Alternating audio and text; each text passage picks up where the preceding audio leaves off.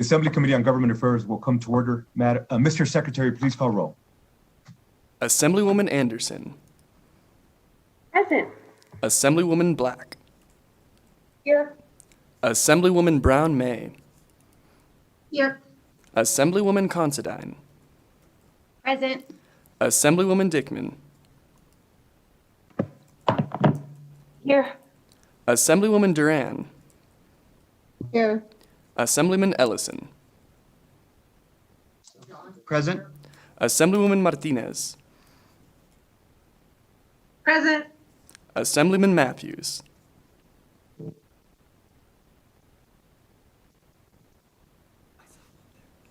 Assemblyman MacArthur. Here. Assemblywoman Thomas.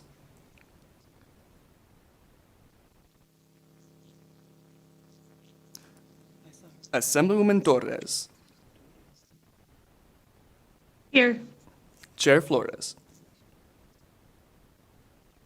Present. I am just double checking our members.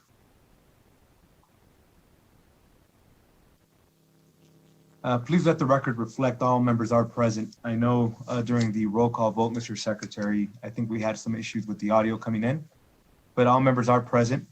We have a quorum. Good morning, members. I hope everybody's doing well this morning. For those of you following us virtually, welcome to your Committee on Government Affairs, and we appreciate you joining us. Today on the agenda, we have three bills. We're going to take them in the order they appear. I want to remind those of you who are following us virtually for the first time that you'll see us often looking in different directions. Please don't take that as a sign of disrespect. We often have 2 or 3 monitors in front of us, and we're trying to keep track of everything. I want to remind the members to please keep your microphone on mute unless you are speaking, and that you please keep your camera on. And should you have whatever reason you got to take care of something in your office, just please make sure you let us know and turn your camera off. With that, we're going to go ahead and start off the meeting with Assemblyman Ellison with his presentation on Assembly Bill 311. We'll open the hearing on Assembly Bill 311.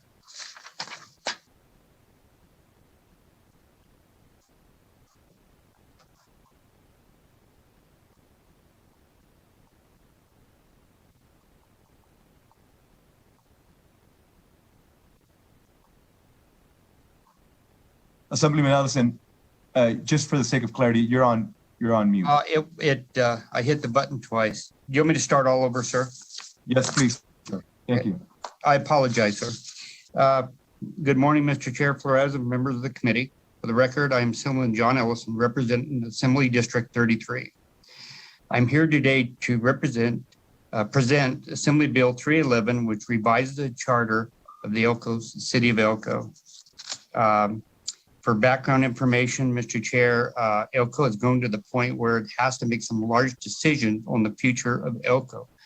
This bill will help a lot. Also, Mr. Chair, for the information, there is an exceptional amendment from legal, which is a very good amendment, and so we'll be presenting that also. We just received it this morning.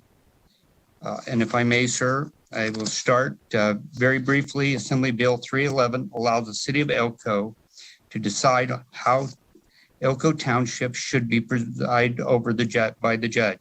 The bill requires the City of Elko determine whether the municipal court should be presided over by the Justice of the Peace of Elko Township as an ex officio municipal judge. One or more appointed municipal judges or a combination of the two. This bill also authorizes the City of Elko to decide the court into separate departments if there is more than one Justice of the Peace. Set the terms of the office and the salaries, determine the duties of, the duties of this by the judge. I apologize, sir. I would like to turn it over to Curtis Coulter, Elko City Manager, and to Tom Coyle, Elko City Attorney, to add testimony. Mr. Chair, or would you like to go through some spots on the bill first? No, Assemblyman Ellison, let's go to your co-presenter. Thank you, sir.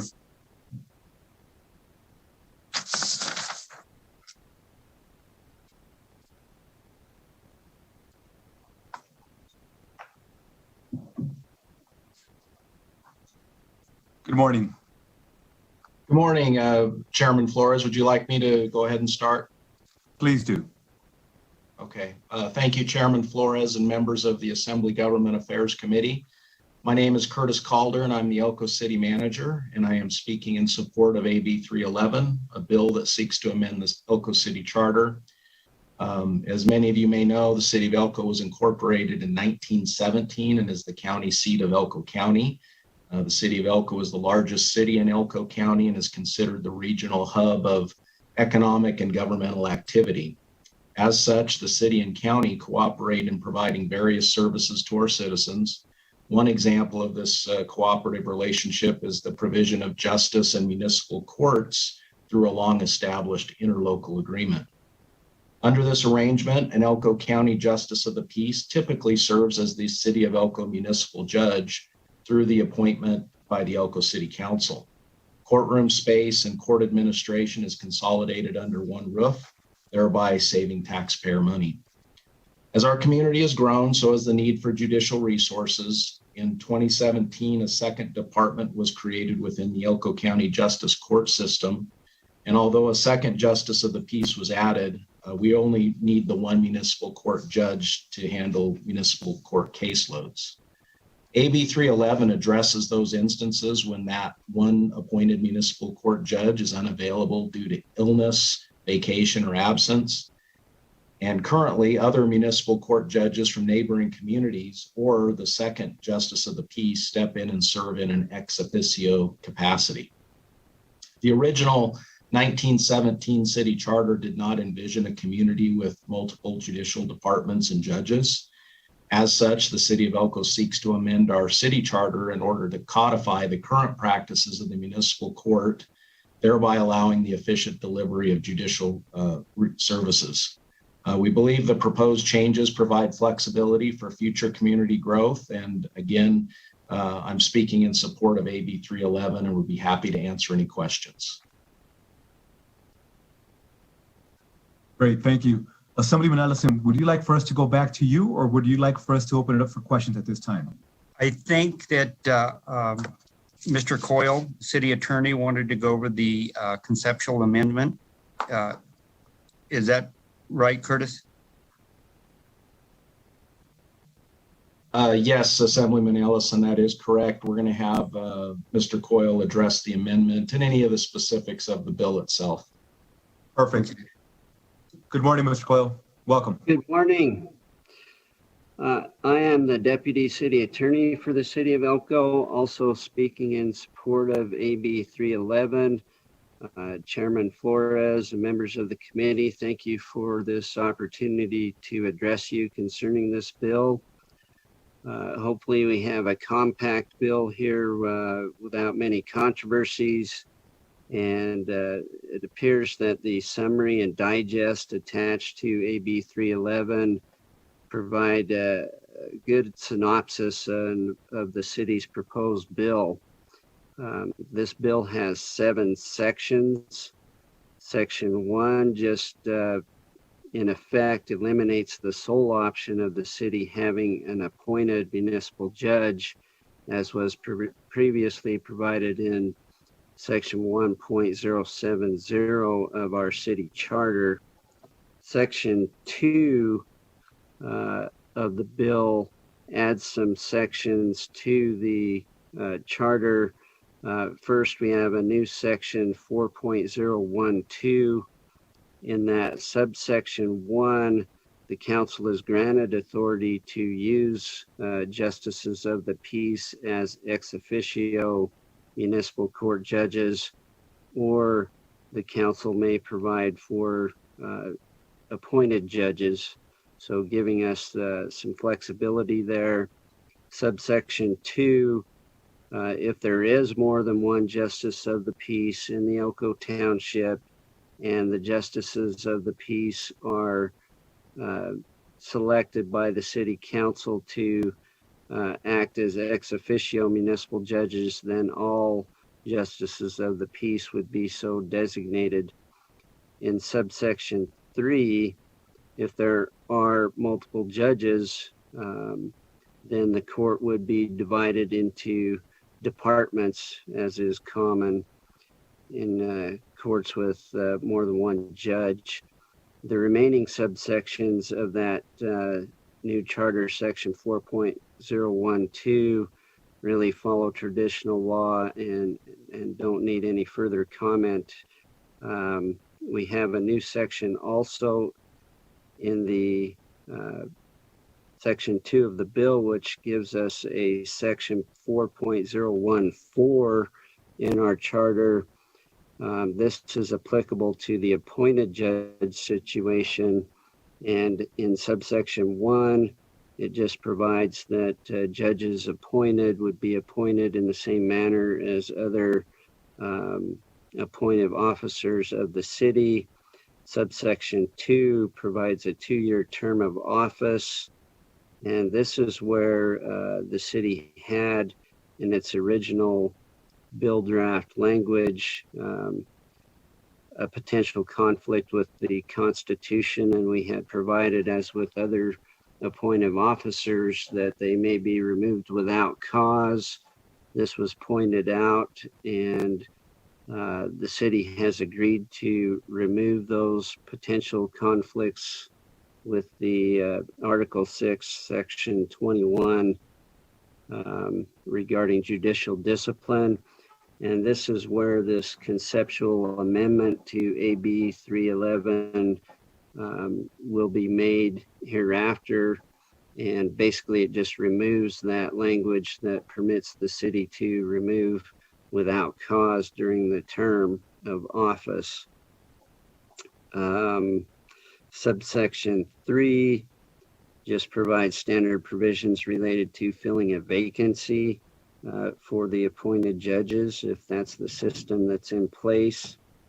Then we move to section 3 of the bill. This just amends section 4.020 concerning the judges' salaries.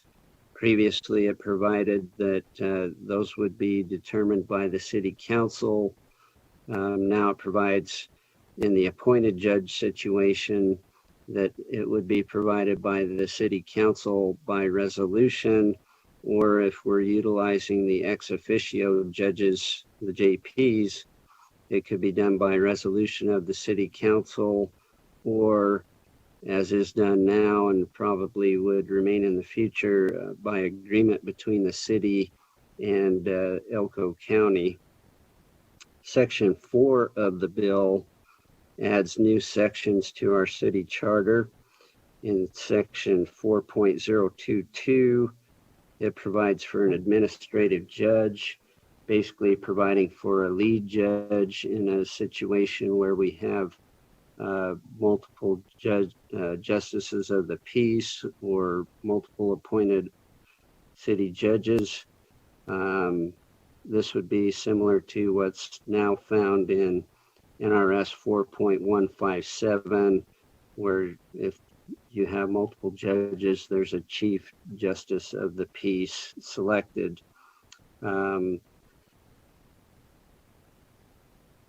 The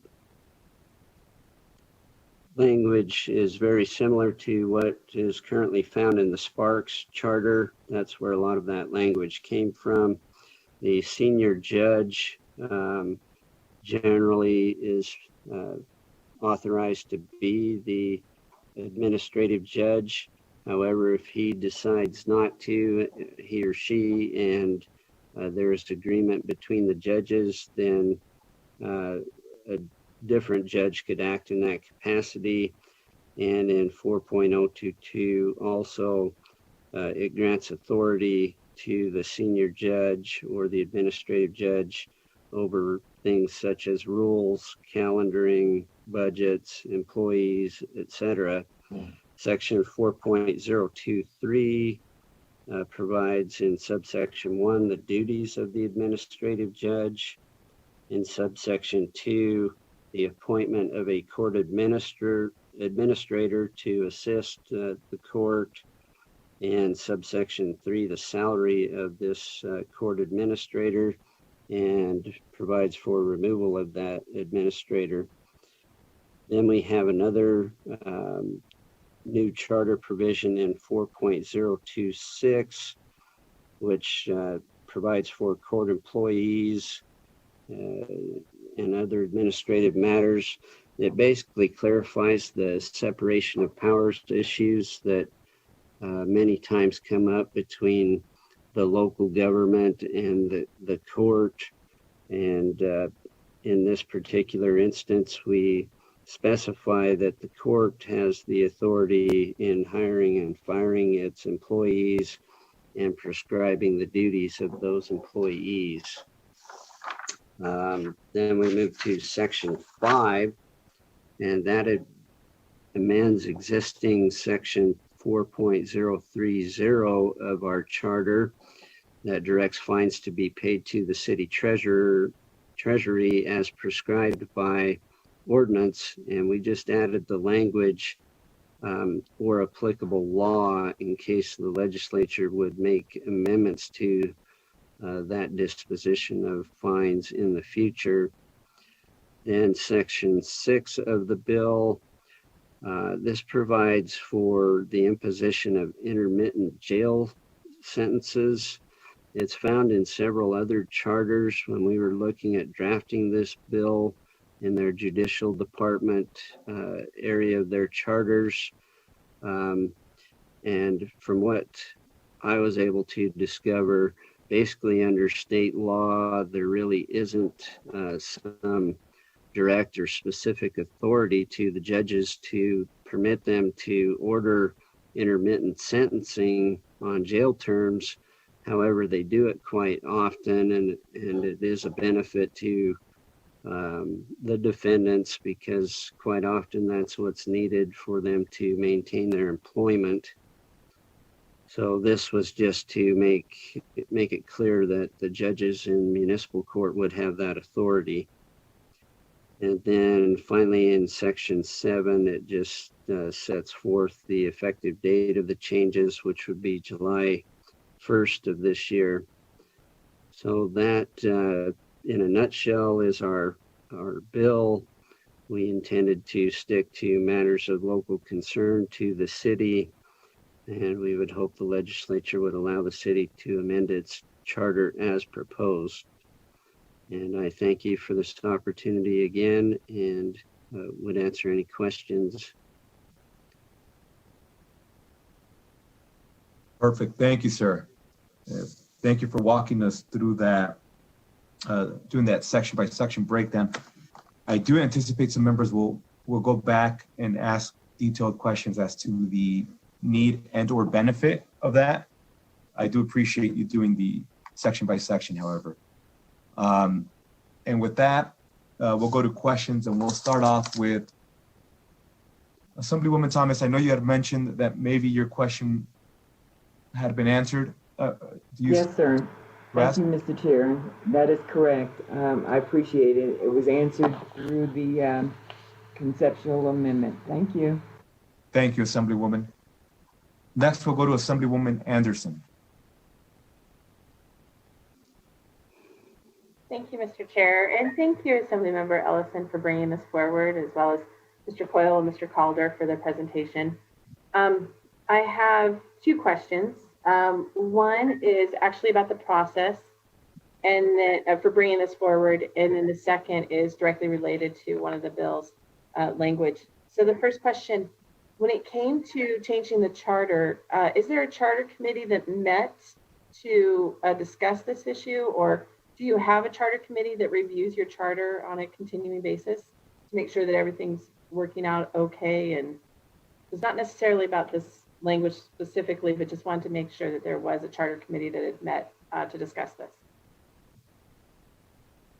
Assemblywoman Anderson, this is Curtis Calder, Elko City Manager. And although we do have a number of committees at the City of Elko, typically advisory committees, in this instance, this went directly to the City Council in a public meeting and was discussed, and City Council voted unanimously to initiate this charter amendment.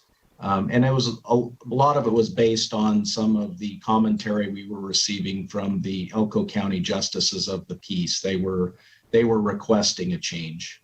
So thank you for your question. And thank you for that clarification.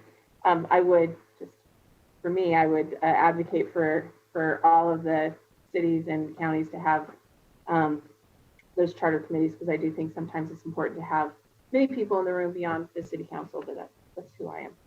The second question has to do with the language on section 4.024, subsection 2. It has to do basically with the at-will employees and of the court administrator in particular. I really appreciate the fact that you had specified in a later portion of the bill about the court interpreters, because that is something that is very important. I think many people forget about when it comes to our court system. But under section 2 as well as 3, you've got a court administrator that is appointed by the judge. So I'm trying to figure out, is that consistent with other city count or city charters, or is this something that was a decision made at the city council area? It just feels kind of weird to have a judge also be the boss, basically, or supervisor of an at-will employee when judges are usually elected. So just trying to figure out how that works exactly. And I will take that one. So this language, I believe, does mirror what was found in the Sparks Charter. And there are some, in those controversies I described earlier, there's some case law and AGOs regarding the judge's authority over his court and his employees and staff versus, say, the city or the county, depending on where the dispute is laying. And basically, under the separation of powers, with the judicial department being a separate portion of the government, they gave all of that authority to the courts. And typically what I've seen anyway is that, yes, the judge would be the final decision maker on hiring and firing. He may delegate some of that to this court administrator, but I think that's in his discretion as far as I'm aware. Thank you so much, Mr. Coyle, for that clarification that the judge may, in her decision or her ability, hire and or fire the court administrator. So greatly appreciate that clarification. And thank you. Mr. Chair, for that time. Thank you, Assemblywoman. Next, we'll go to Assemblywoman Considine. Thank you, Chair Flores, and thank you for this bill. I find it incredibly interesting, and I just have a couple of questions so that I have a better understanding of how this all fits together. The first one is that since existing law is that the judges for the city of Elko are currently appointed, what is the appointment process? I'm not sure who that question would go to. In the city of Elko, basically what has happened, I've been Mr. Coyle, sir, if I could just have you state your name for the record after each question, just to help our team, please. You bet. So this is Tom Coyle, Deputy City Attorney for the city of Elko. And just one moment, I had a pop-up on my screen here.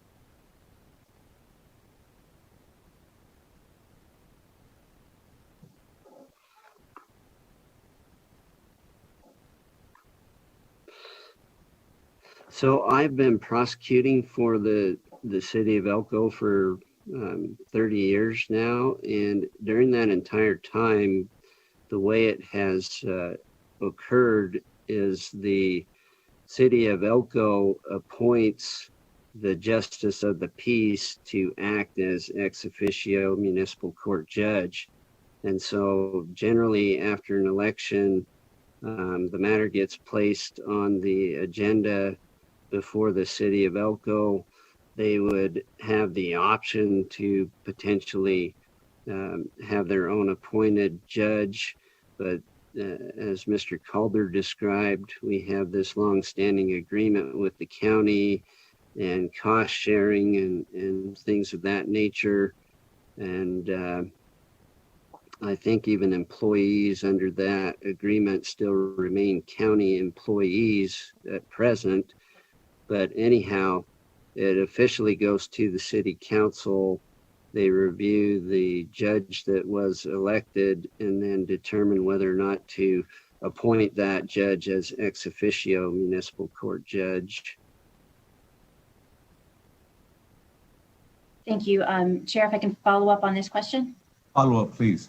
So from a practical standpoint, if they're looking to fill the position, if they're not looking to just review the judge, is it like any attorneys can apply for that position and the city council reviews them, or does the city council come up with whoever they want to do it? Like, I was kind of trying to figure out how that portion of the process happens.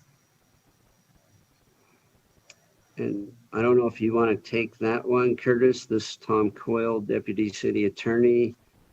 At least at this point, I've not been made aware where the city opened it up to consideration of its own separate appointed judge system.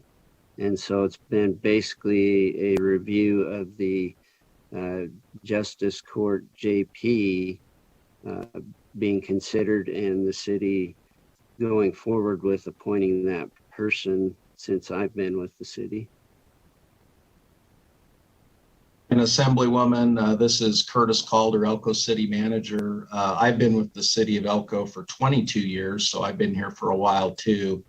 And we have not had a scenario where the Elko County Justice of the Peace didn't want the job, so to speak. The interlocal agreement between the city and the county actually helps fund a pretty good portion of the Elko County Justice Court system.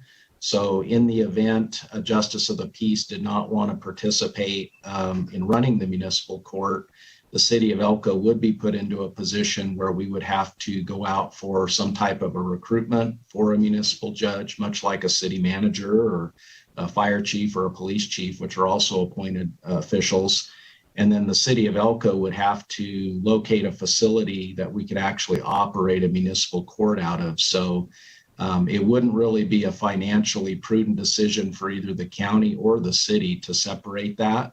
But it's certainly a possibility. If the Justice of the Peace did not want to be the municipal judge, they could refuse that, and that could be a possibility. So one of the goals with this legislation was just to bring a lot more clarity to that antiquated charter language. As these courts evolve, there's certainly the possibility in the future that the city will need to have a separate municipal court.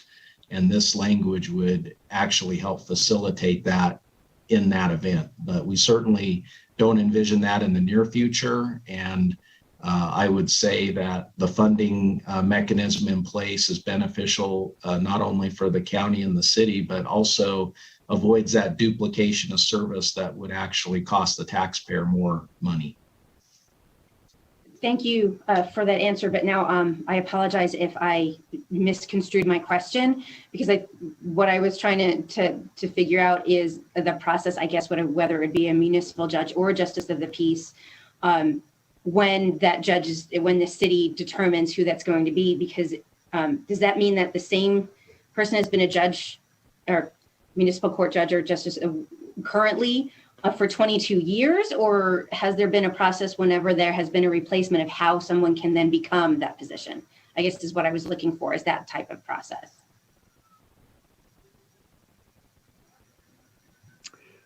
Tom Coyle again, Deputy City Attorney, and so far the appointments occur.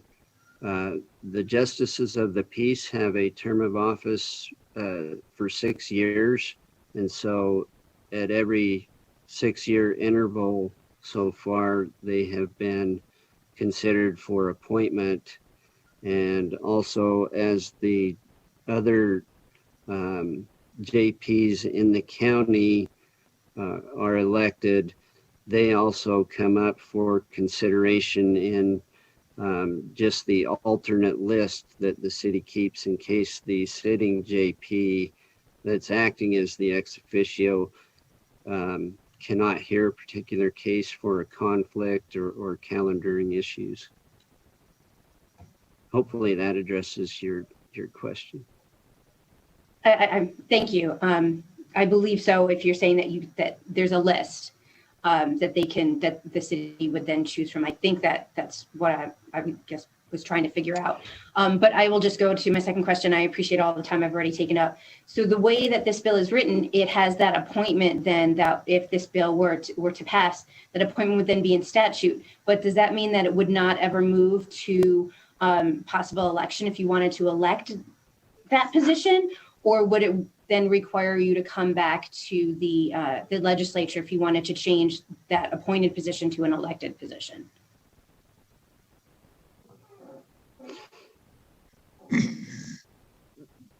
Tom Coyle again, Deputy City Attorney, and that question, the way I understand it, our original city code provides for an appointed municipal judge, or not city code, city charter. We maintained that as the established way of selecting our municipal judge. However, I think in answer to your question, if we really wanted to go to elected judges for the city, separate from the justice of the peace, we would have to come back for an amendment. But at present, we're maintaining the appointed judge system, and that can either be the elected justice of the peace or a separate appointed officer. Thank you. I appreciate your time and answers. Thank you, Chair.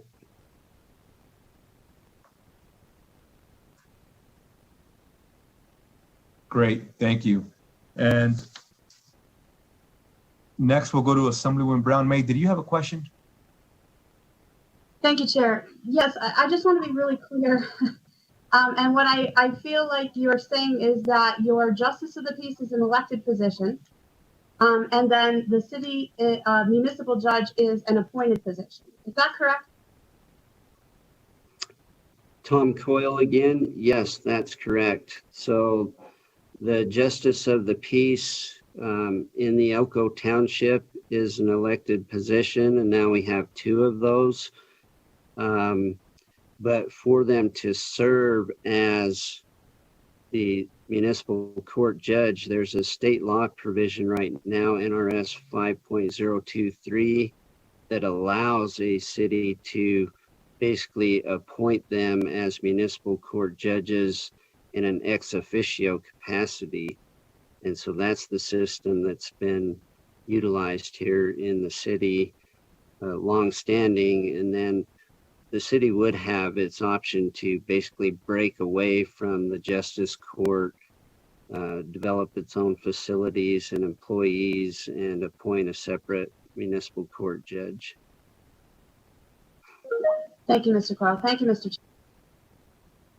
Chair. Thank you. And I'm going through the chat to see if we have anybody else wishing to ask a question. We'll go to Vice Chair Torres. Thank you, Chair, and thank you for the presentation. And I appreciate you taking the time to answer some of our questions that are pretty detailed into the bill.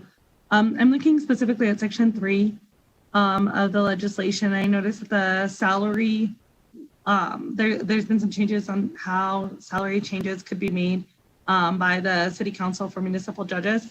And I'm just wondering if you could speak a little bit about what this process would look like now, because if the municipal judge is appointed and their salary is fixed, would that salary only be able to change then if the judge changed? Tom Coyle again. Right now, the intention, I'm not reading the exact language at the moment, but it was to provide that the salary would be able to be changed, but only at the end of each term of office. So, you know, the JP and well, if we're utilizing the JP position, then it can be changed by that, a change in that interlocal agreement, basically between the city and county. If we're utilizing just a separate appointed judge system, then it could be changed at every term of office, which in this case is a 2-year term of office. Thank you, Chair. And a follow-up, if I may. Follow, please. And if that chair was to stay the same, if that municipal judge was to stay the same though, then when would that occur? And then when could the city council have that discussion? Like, would they have the discussion before that judge was appointed again? Or I'm not sure if that question makes sense, but I'm just like wondering what that would look like if there was a judge that was maybe to remain in office for multiple terms. Tom Coyle again, and yes, I think that question makes sense. I would believe that as the time frame approached, at the end of the term of office, then that judge would bring that matter up before the city council, and then it would be placed on an agenda whether or not to make changes to its resolution setting out the salary provision. So I would think there would be a time frame at the end of each term of office that could be considered, basically from the time even at the end of the term of office until an actual appointment. If it goes beyond that term of office, the acting judge still during that time frame, and so it could be considered, you know, until such time as the appointment was made, because usually that lasts until the new officer is in place. Again, another question. So would all the judges be, because my understanding from this is that the salaries of all appointed municipal judges has to be uniform. And so will all municipal judges still be appointed at the exact same time? Because then I'm not sure how you have that conversation or like when that would occur, right? So if one judge is, you know, appointed in 2020 and another is appointed in 2021, when does that change occur? Because it can't occur during the current term.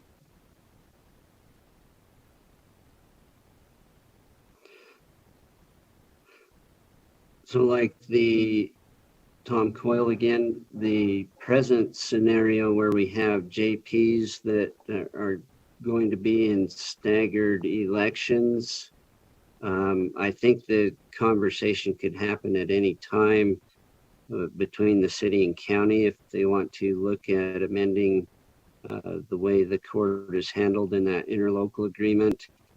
In the other scenario,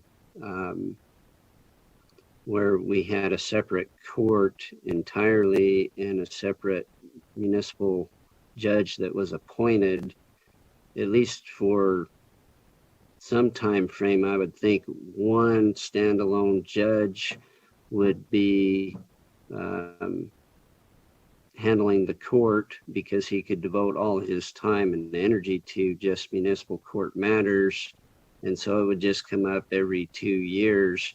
If you had 2 municipal judges, I'm not sure that that we can say right now whether or not that would be staggered or not, those appointments. So, and I appreciate that, I don't know if I can really go further at this stage on that hypothetical. Thank you, and I appreciate that, Mr. Coyle, but I just want to, you know, I think that should be a consideration while we're looking at this legislation, how we can maybe strengthen that language, because I think that that's a very possible scenario that could occur in a city. So I think it's worth looking at so that we can ensure that what passes here would make sense. Thank you. Thank you, Vice Chair. And I am now going through the chat once more to ensure that we have not missed any additional questions. Members, any additional questions, feel free to unmute yourself.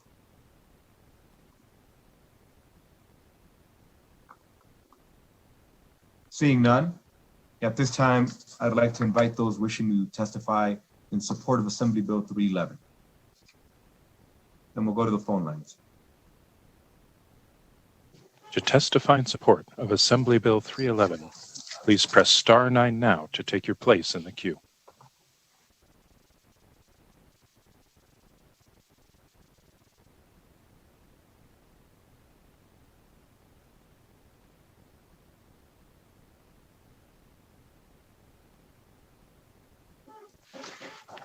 Chair, there are no callers in support at this time. Thank you. At this time, I'd like to invite those wishing to testify in opposition to Assembly Bill 311. To testify in opposition to Assembly Bill 311, please press star 9 now to take your place in the queue.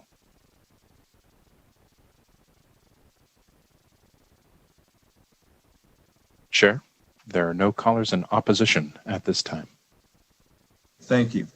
And lastly, we'll invite those wishing to testify in the neutral position, Assembly Bill 311. To testify in the neutral position for Assembly Bill 311, please press star 9 now to take your place in the queue.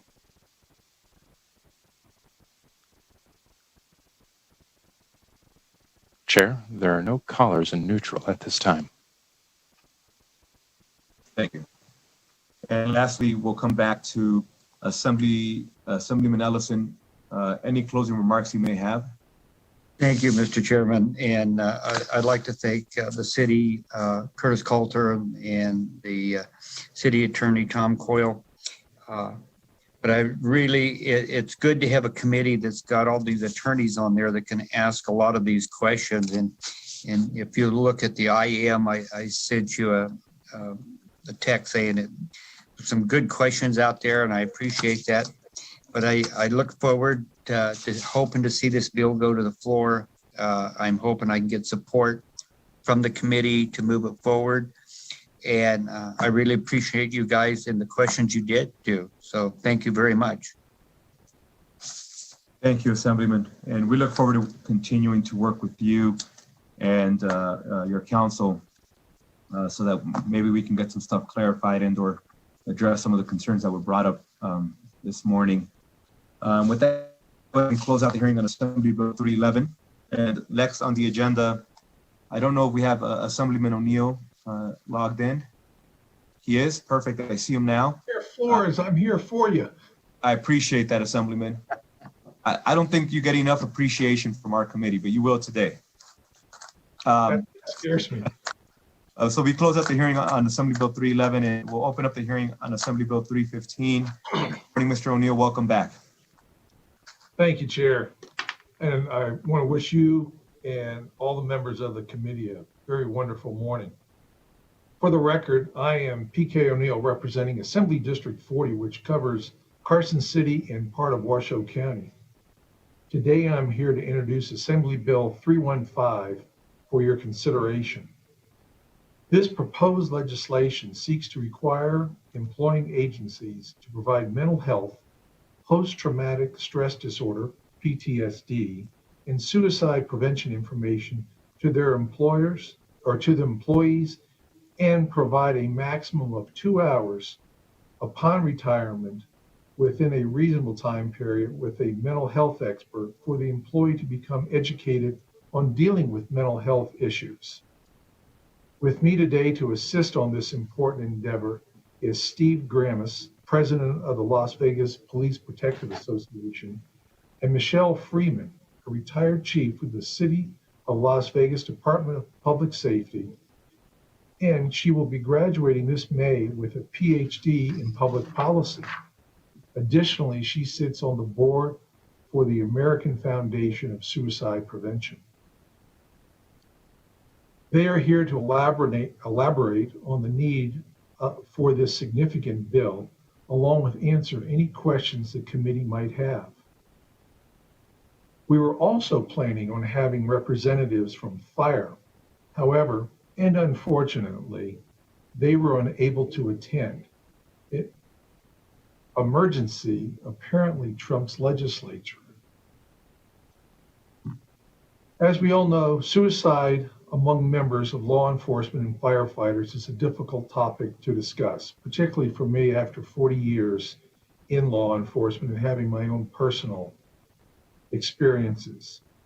However, it's imperative that we do talk about this problem, try to better understand it, and find new ideas to address it, because suicide among our first responders is a national crisis. According to the Police Executive Research Forum, the risk of suicide among police officers is 54% greater than among workers in general.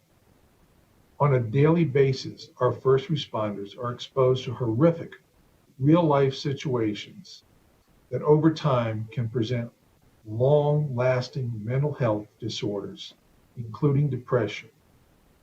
Access to mental health programs are increasingly recognized as an essential element of police and fire departments, not only for promoting mental and physical health and preventing suicides, but for the broader good of helping first responders to find fulfillment and happiness in their careers and lives.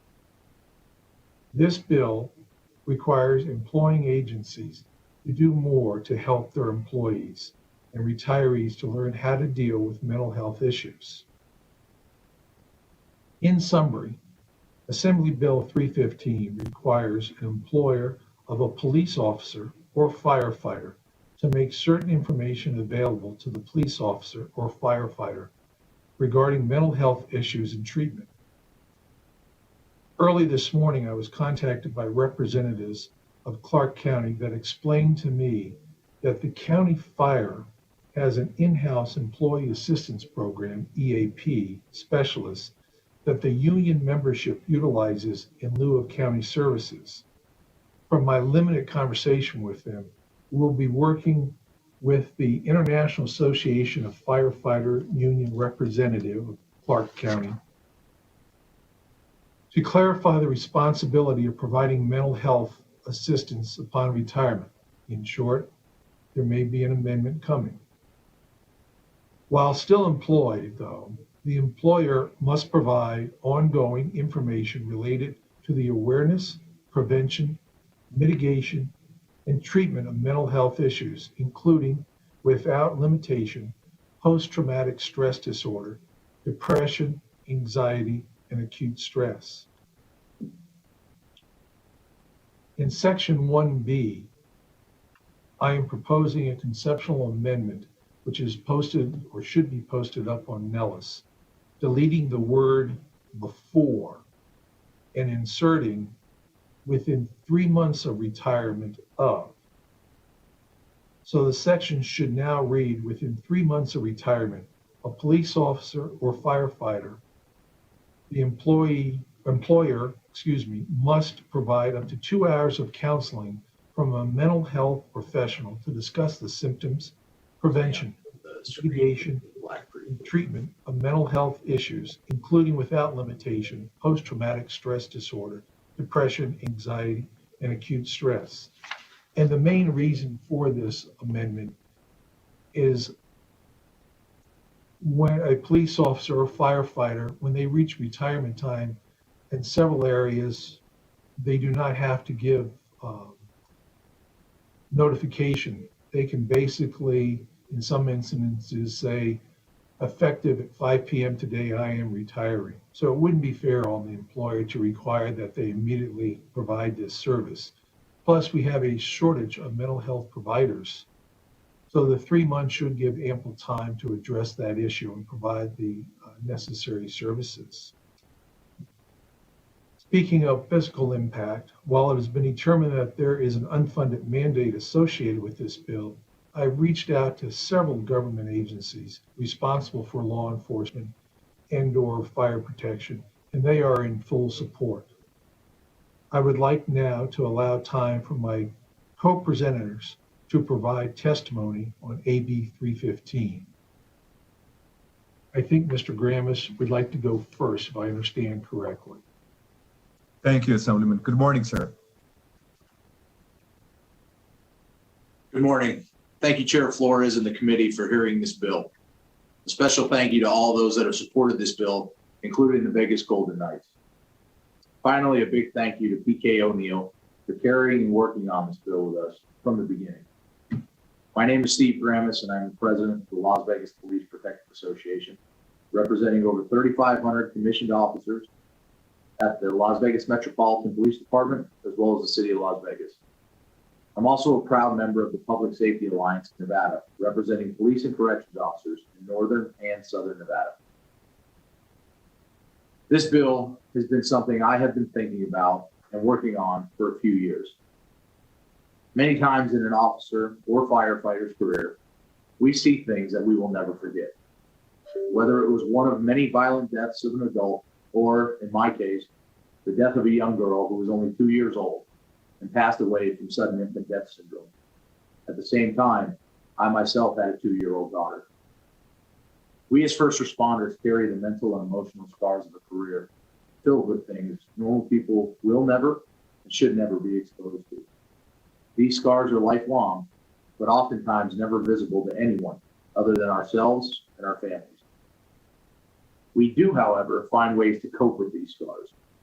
While we're on the job, it's through our relationships, camaraderie, and the work that we do that helps us bury or forget these scars while we're employed.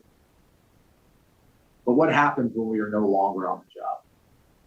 What happens when the familiarity of coming into work, seeing our coworkers, and going through a tour of duty is no longer an option? I myself have spoken to many retirees who feel disconnected from the very thing that they've been so connected to for 20 to 30 years. Some may consider turning to substance abuse in retirement that can unfortunately lead to depression, anxiety, PTSD, or as we have seen across the country, unfortunately, taking their own life. I attribute these issues to the fact that an officer or firefighter never truly dealt with the things they have experienced when employed, or never truly mentally prepared themselves for what is to come in retirement. When we hire on our agencies, we go through an extensive psychological evaluation. But when we leave, we have no evaluation in place to make sure that those that protected us are being taken care of when they're in retirement. What this bill will do is give police and firefighters the option to have a final evaluation without fear of losing their job under fitness for duty, which most officers do fear. Chances of an officer truly dealing with their scars on the way out the door is far more likely than while they're employed. It's for this reason that this bill was brought forth and why we support this cause to take care of those who took care of us and risk their lives and mental well-being for the safety of the citizens of that. With that, if anyone has any questions of me, I'm willing to answer anything you may have. Thank you for joining us, sir, and thank you for the work you do.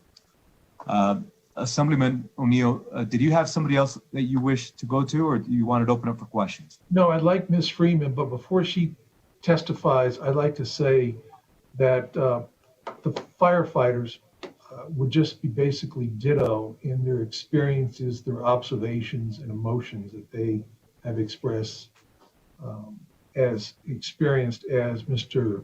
Gramis has also said that law enforcement faces. So basically their comments now would be ditto, and I apologize for them not being able, as I said, it was an emergency. They said they would try to come on. Hopefully they may, at least by phone. So right now, Chair, I'd like to have Ms. Freeman speak, and then we can go to any questions that the committee may have. Thank you. Sounds good, Assemblyman. Good morning, Ms. Freeman. Good morning, Chair, and thank you for allowing me to speak here today. I certainly do not want to repeat anything that Mr. Graham has already eloquently said. I live in the same space, and I actually can speak as an officer, and now I can speak as a retired officer. I worked in the agency for the City of Las Vegas Department of Public Safety for over 28 and a half years. 20 of those years, I was in a formal leadership position. In addition to that, for almost the last 10 years, I was at the helm of the organization. I worked very closely with the other organizations to include fire in our community and can speak to that, but I'm going to stay specific to what I know in our agency. I'm going to tell you that suicide is real and that people are struggling with mental health and suicidal thoughts throughout their career and after their career.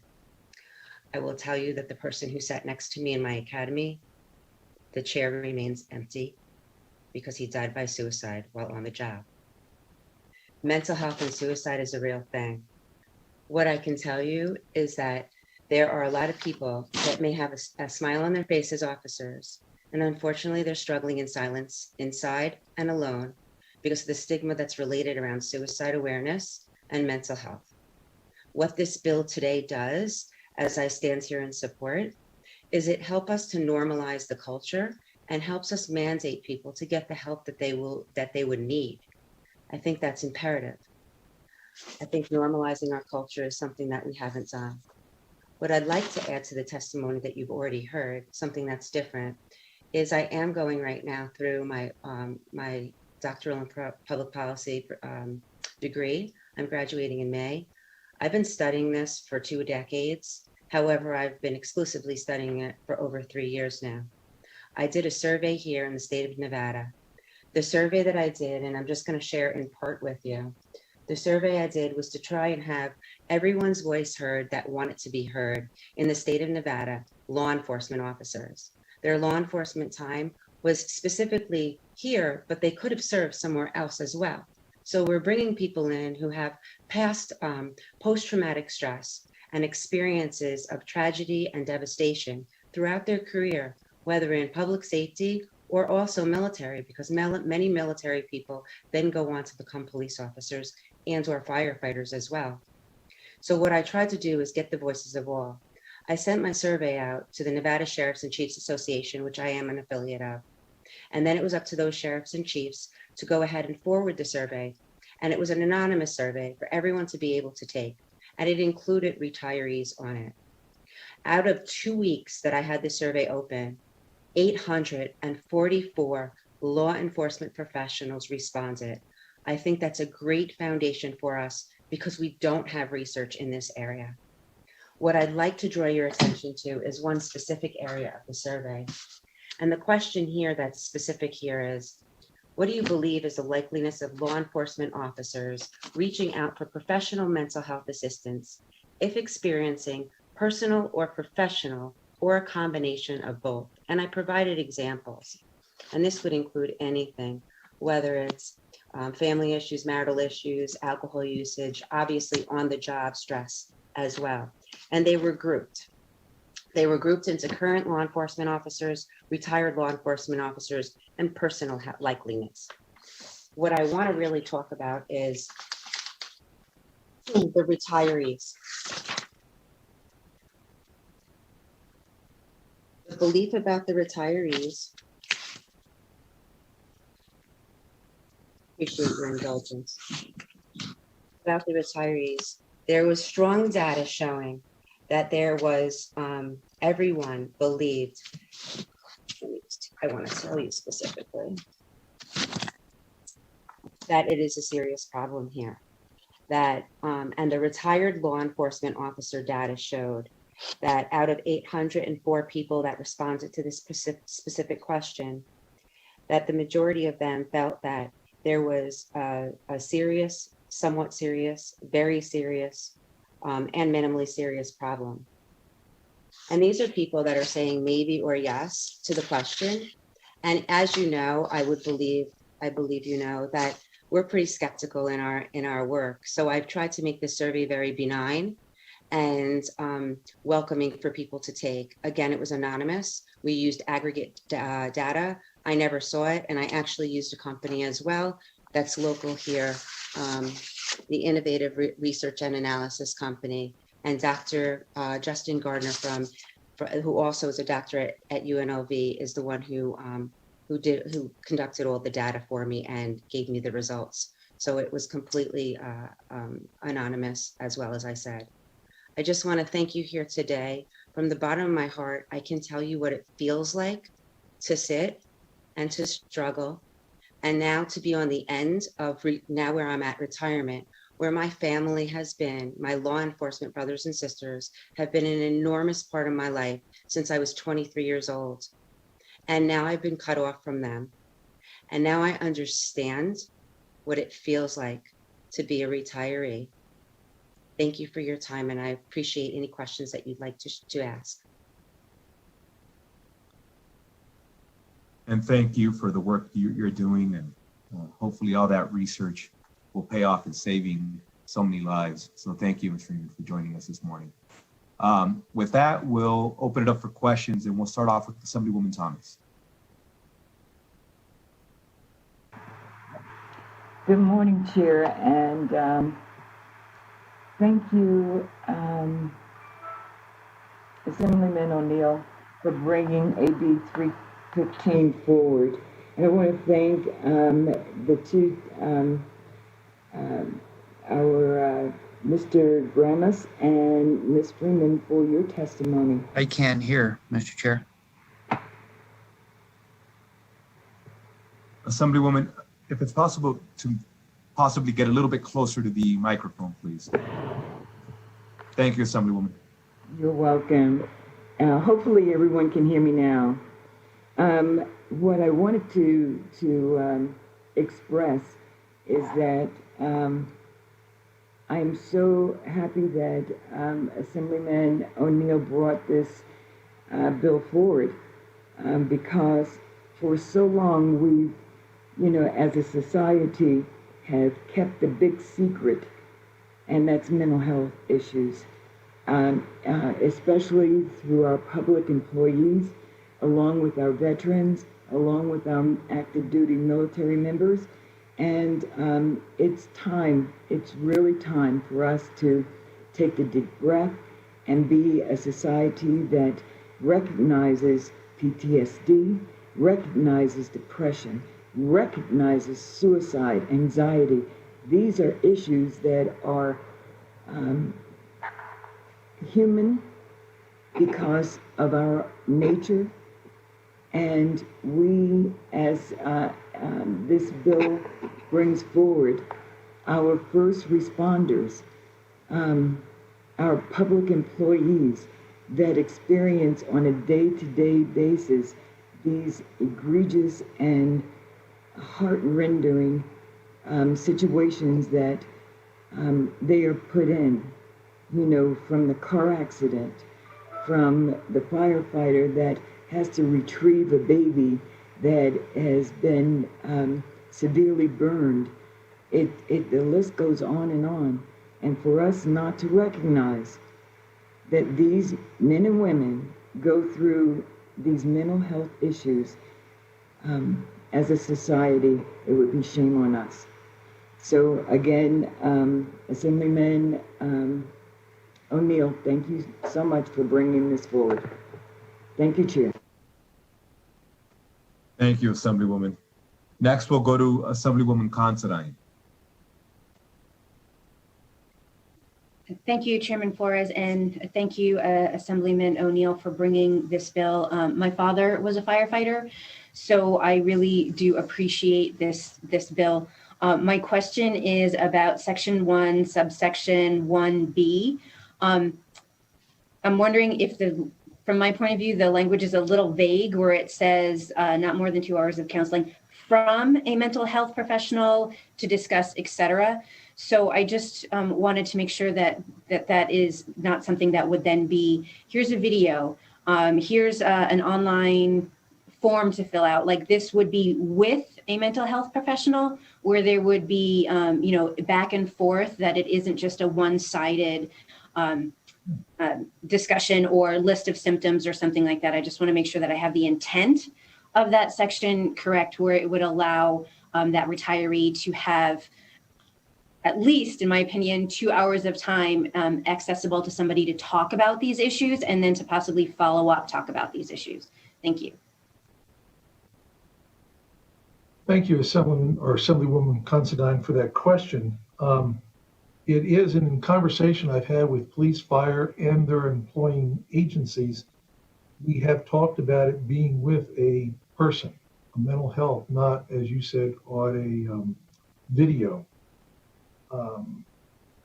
Naturally, RLCB Legal wrote this. To me, it's very clear to me, and I'd like to put it on the record, that it would be with a mental health professional.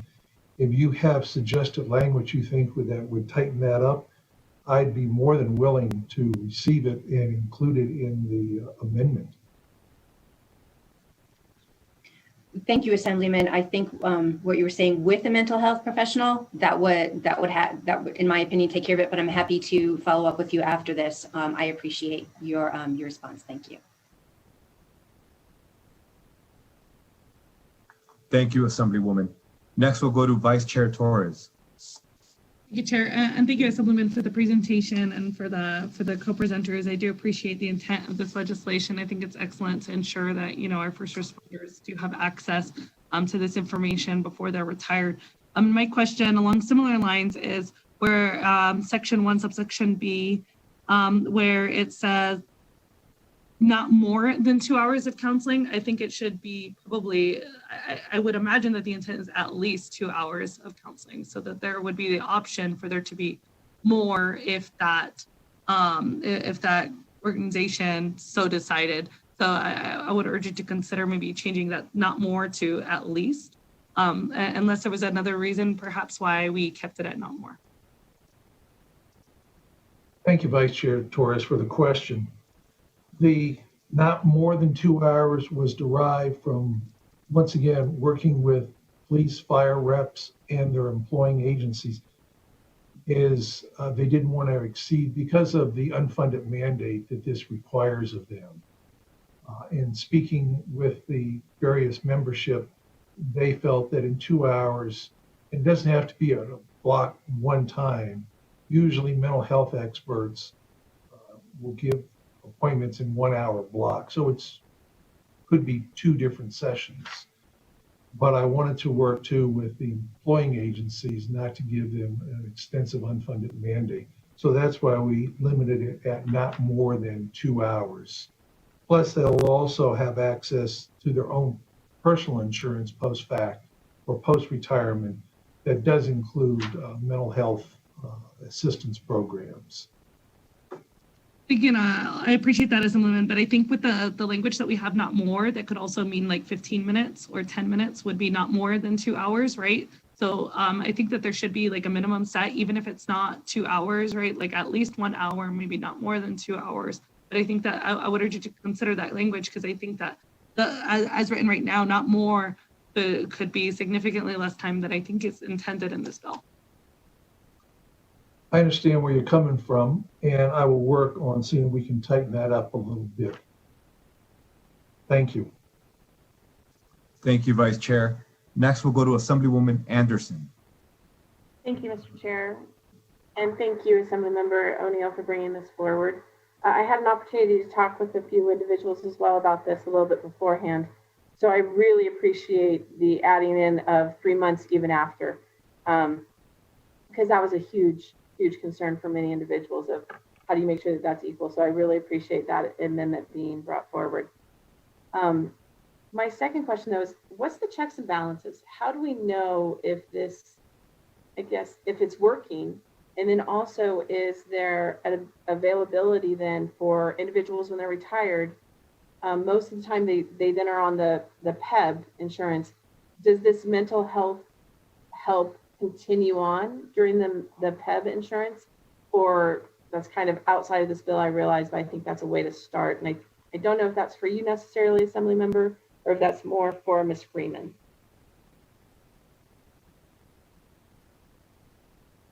I can say, and Ms. Freeman can chime in, that when I was on PEB, that I did have, mental health was included in my benefits. Now I'm on Medicare and mental health is also included there. So I know that the counties have their own contractual agreements on retirement insurance. So maybe Ms. Freeman or Mr. Grammis can chime in, please. Sure, this is Michelle Freeman for the record. So what I would say is each agency handles it differently probably, and they each have different insurances. So I obviously don't want to be as bold to be able to speak for all of them. What I will say is that there can absolutely be a checks and balance within the agency. If they already have set up whichever provider that they're going to use, then they could just mimic whatever they use right now. Many of the agencies throughout the state of Nevada already have a medical health evaluation that is NRS 617 ensures that we have that every year. A lot of the agencies have it here. So something that we do, even though that's what's on duty, what you just do is you keep your roster. For the city of Las Vegas, which is where I worked, we had it was almost like, I think I would say four ways to checks and balance. It would be the actual individual, the agency itself, the medical or mental health provider, whichever. If you're going to go mental health here, we'll talk mental well-being or health provider, and then human resources as well. So I think that what's already created in many of the agencies could be used. But I do think it's a very important question that, you don't want to make it cumbersome, but you definitely want to have that checks and balances really smart to ensure that the agencies know that that's part of the responsibility. And they can just have that on their out processing. For the city of Las Vegas, again, what I would say is we have a HR liaison and an HR department, and on the out processing, there's literally a check sheet to ensure people have certain things that have been taken place. It could be added to that, but again, I don't want to speak for every agency within our valley. Thank you for the opportunity to speak again.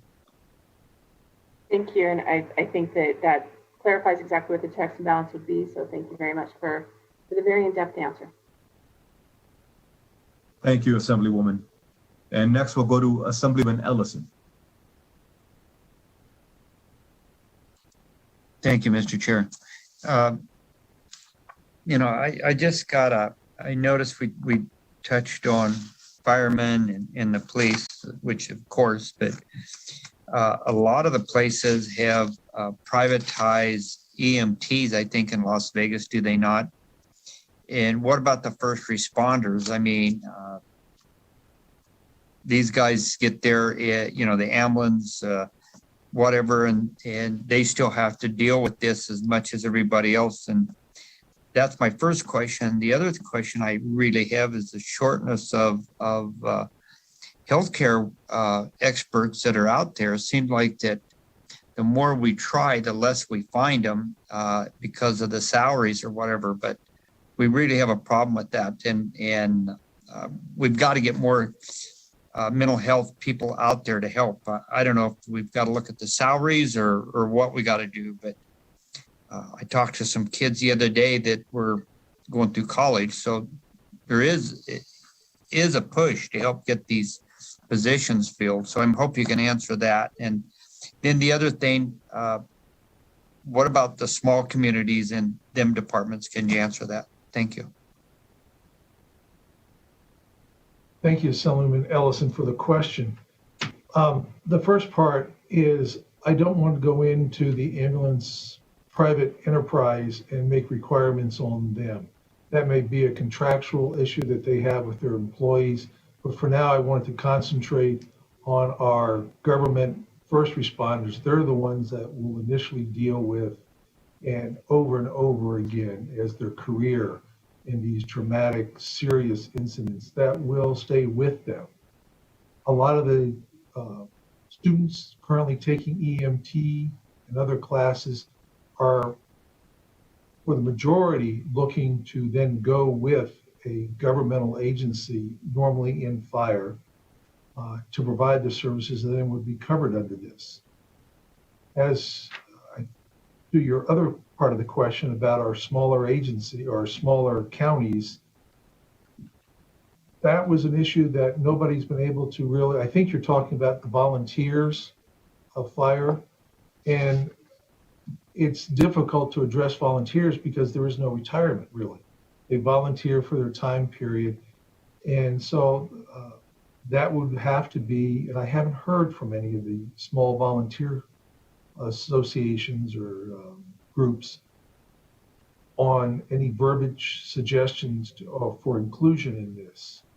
So right now I'm only dealing with our full-time, and the bill deals with our full-time professional law enforcement and fire, which includes EMTs, their ambulance squads, rescue squads, are all there in this bill to deal with the issues that they experience daily and over the years. Hopefully that answers your question. Follow up, Mr. Chair. What I was Thank you. What I was looking at was some of these small communities like Jackpot might have 2 policemen, Windover 3, Ely, Eureka, Tonopah, Hawthorne, these small departments that are on real tight budgets. That's what I was talking about. They're full-time employees, but their budgets are really strapped pretty bad. So that's what I was trying to look at, not the volunteers, but I was looking at the smaller departments. I appreciate the clarification, Assemblyman Ellison. And that's why we limit it to a maximum of the 2 hours of treatment for them. And instead of burdening them with the unfunded mandate. I know that Tonopah, as you mentioned, is actually covered by Nye County, which is a larger agency. They cover currently their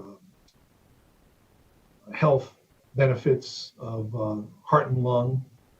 So it could be included in some of that with them as that additional cost upon retirement. And not all officers reach retirement age. Some may leave earlier.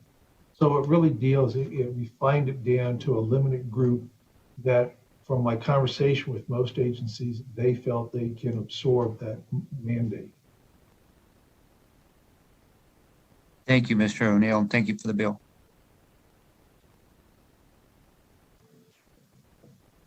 And thank you, Assemblyman Ellison. Members, I don't know that we have any other questions. I'm looking through the chat now. If I accidentally skipped over anybody, please unmute yourself and feel free to ask your question now. Seeing none, at this time, I'd like to invite those wishing to testify in support of Assembly Bill 315. And I am now going through the virtual participation just to make sure that we don't have anybody else wishing to join us in support. I don't believe I see anybody. So at this time, we'll go to the phone lines and invite those wishing to speak in support of Assembly Bill 315. To testify in support of Assembly Bill 315, please press star 9 now to take your place in the queue.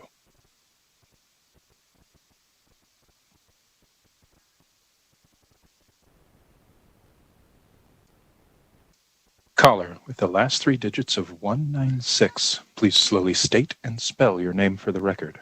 You will have 2 minutes and may begin. Good morning, Chair Flores, Vice Chair Torres, and members of the Government Affairs Committee. I'm Eric Spratley, E-R-I-C-S-P-R-A-T-L-E-Y, the Executive Director of the Nevada Sheriffs and Chiefs Association. We're here in support of Assembly Bill 315 and the amendment, and appreciate the Assemblywoman. We appreciate the Assemblyman bringing this forward along with Chief Freeman and Steve Grams for their presentation testimony on the bill. Thank you, Mr. Chairman, and the committee for considering this bill. And thank you for joining us this morning. We'll continue with those wishing to testify in support of Assembly Bill 315.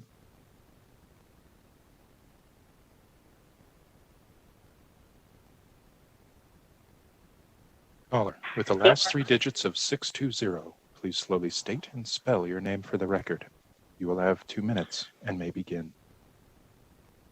Thank you, Chair and members of the committee. For the record, Mike Cathcart, C-A-T-H-C-A-R-T, representing the City of Henderson.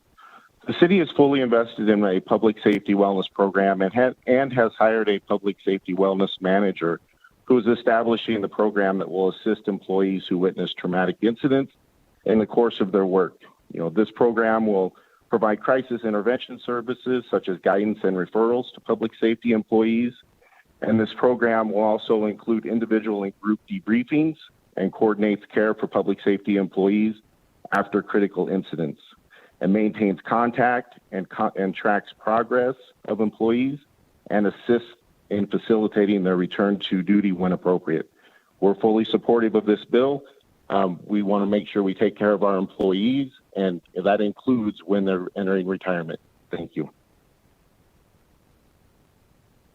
And thank you for joining us. We'll continue with those wishing to testify in support of Assembly Bill 315. Next caller, please.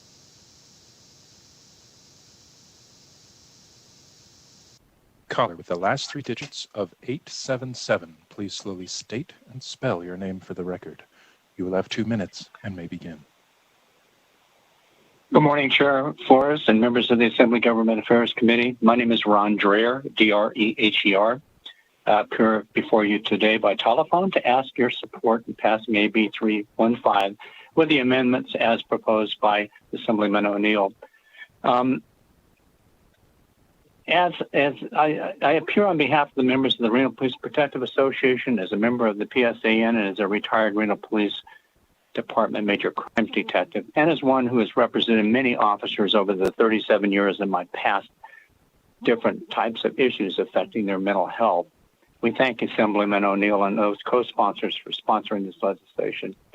AB 315 provides peace officers who are retiring an opportunity to have counseling from a mental health professional to go over assistance that can be provided to the officer regarding mental health issues that officers may face post-retirement. Most officers during their careers view horrific crime scenes. Some are involved in officer-involved shootings. Some have to use deadly force. The counseling provides possible help for officers should they need to help overcome post-traumatic stress conditions that may encounter after retirement. Assemblyman P.K. O'Neill and Michelle Freeman, along with Steve Graham, has presented awesome evidence to you why this bill is needed. In the past, we've been told, as a retiree and as someone who has watched my friends commit suicide after issues that they've seen, we've been told to suck it up. You can do it. You don't have to worry about anything. I've watched that over the years, and officers have to be strong. You see this type of issues that they encounter. This bill at least provides a start. It provides counseling to them. It helps these retirees as they, progress into retirement and look at different areas of their lives. We thank again Assemblyman P.K. O'Neill, members of this committee. Please support this bill. We appreciate it. And I'd be happy to answer any questions. I know it's difficult in the telephone to do that. I'd love to be there in present. But I think that you have heard the best from Steve Gramis and Assemblyman P.K. O'Neill and Michelle Freeman. Thank you so much. And thank you for sharing, obviously, such a hurtful story with us as a form of empowering other Nevadans and working with us. So thank you. We'll continue with those wishing to testify in support of Assembly Bill 315. Caller with the last 3 digits of 683, please slowly state and spell your name for the record. You will have 2 minutes and may begin. Good morning, Mr. Chairman and members of the committee. My name is Rick McCann, Executive Director of the Nevada Association of Public Safety Officers and a member of the Nevada Law Enforcement Coalition. We do entirely support this concept. It is a great concept. It's been offered with great support, and we appreciate Mr. Gramis and Ms. Freeman providing their support along with Assemblyman O'Neill. Together with Assemblyman O'Neill's amendment, we have offered the sponsor a small friendly amendment as well, and we're hoping that he will embrace that change. But in any event, we do support AB 315, and we encourage this committee to do the same. Once again, thank you for Assemblyman O'Neill and the co-sponsors for this important bill and bringing it before you to be considered at this committee level. Thank you. And thank you for joining us this morning. We'll continue with support for Assembly Bill 315.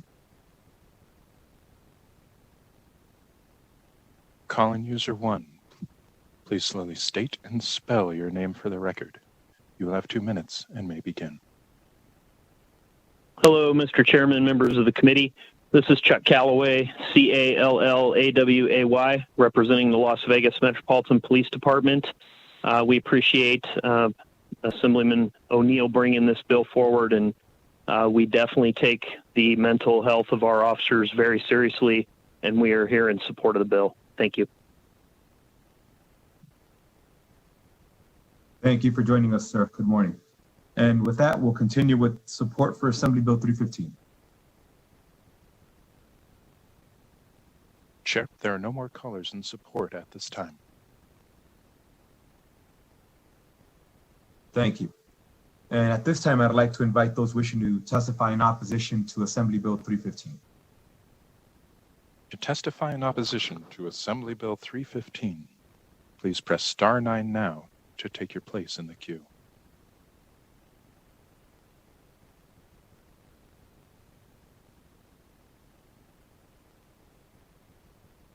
Chair, there are no callers in opposition at this time.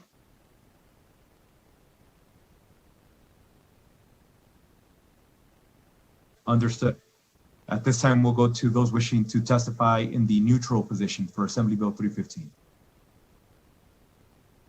To testify in the neutral position for Assembly Bill 315, please press star 9 now to take your place in the queue.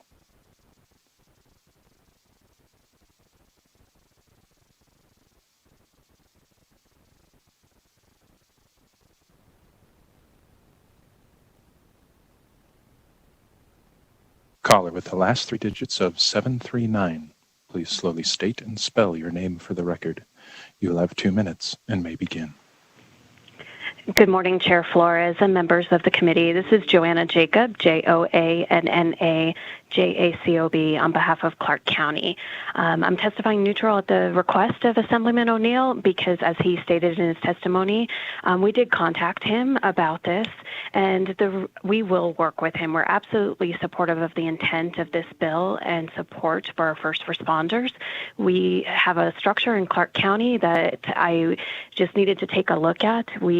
To make sure that we can continue to use that structure, and that based on the conversation during the hearing, it seems like that is the intent, and so we will absolutely work with the sponsor on this.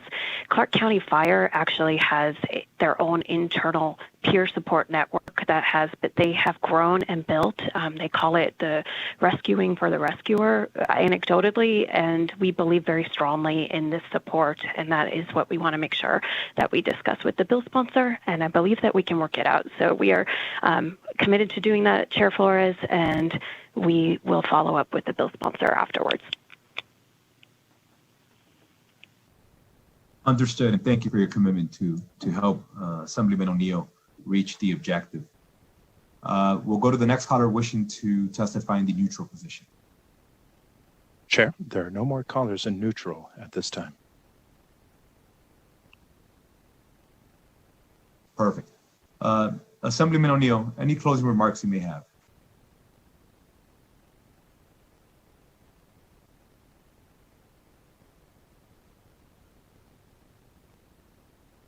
I think I was on mute. Chair, with your indulgence, I would like to have Ms. Gramis or Ms. Freeman or Mr. Gramis give closing remarks. And then I do have a short statement I'd like to make. Please, whoever wishes to go first.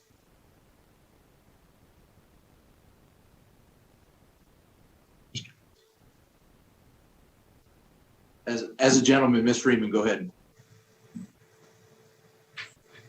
Thank you, Mr. Gramis. Thank you, Chair. Thank you, Assemblyman O'Neill, as well. I just want to say I really think this is imperative. It's imperative that we change our culture. It's imperative, like we've heard the testimony today. We know that people are struggling in silence. We know that mental health is real. We know that mental health and suicide are things that are happening within our community, and even deeper in our police and fire community, our public safety community. And people are going in silence and suffering because they feel like that they can't say anything and they can't do anything because they feel like it's a weakness. And actually, it's a strength. It's a strength to reach out and get help. And knowing that I've been on the American Foundation for Suicide Prevention. I'm not representing them today, but I've been on the board since 2013. I'm a co-chair on the Education Committee. I offer a lot of education and awareness, and I can see that a lot of people don't have that understanding and awareness. So the cultural change is imperative, and this is something that affects our entire community. It is not just the first responder and the first responder's family, which is horrific enough. And as far as a fiscal impact, I will say, how can you put a fiscal impact on a life? So thank you very much for the opportunity today, Chair and Assemblyman O'Neill. I feel humbled and grateful to be standing with Mr. Gramis and Assemblyman O'Neill on this. Thank you. Thank you, Ms. Freeman. Mr. Kramis, please. Yes, again, thank you, Chair Flores. Thank you to the committee. Thank you to all the committee members with all the positive words of wanting to make sure we take care of our law enforcement firefighters. Those things really mean a lot to our members and our officers and our firefighters. What this bill is intended to do is to jumpstart the conversation for that retiree to get them to go seek help if it's needed. It was mentioned earlier about their insurance and afterwards, and we have very good insurance providers in retirement if officers or firemen choose to accept it. But what this step will do is kind of put it right in front of their face and not let them put it off until it's too late to say, hey, here's 2 hours, get off of your chest what you need to get off. And when you do that, maybe that spurs you to go into your insurance and say, I need to continue this counseling because it's important. And clearly there are some issues so that we don't have to bury another coworker, whether 20 years retired or 2 years retired. So Assemblyman O'Neill, we really appreciate your support and everybody else on the committee. And we look forward to this continued conversation. Thank you, Mr. Graham. And Assemblyman O'Neill, we'll go back to you. Thank you, Chair. I am going to go with that less is more. I did actually have a longer closing statement, but I think enough has been said. I'll just conclude with thanking you, Chair Flores, and members of the committee for hearing this bill today.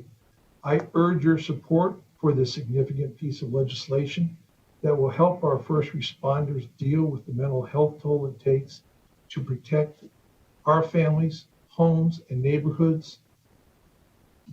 And I will work with the stakeholders to ensure that we get an amendment to you as soon as possible, so you can move this bill forward. So thank you very much for this time.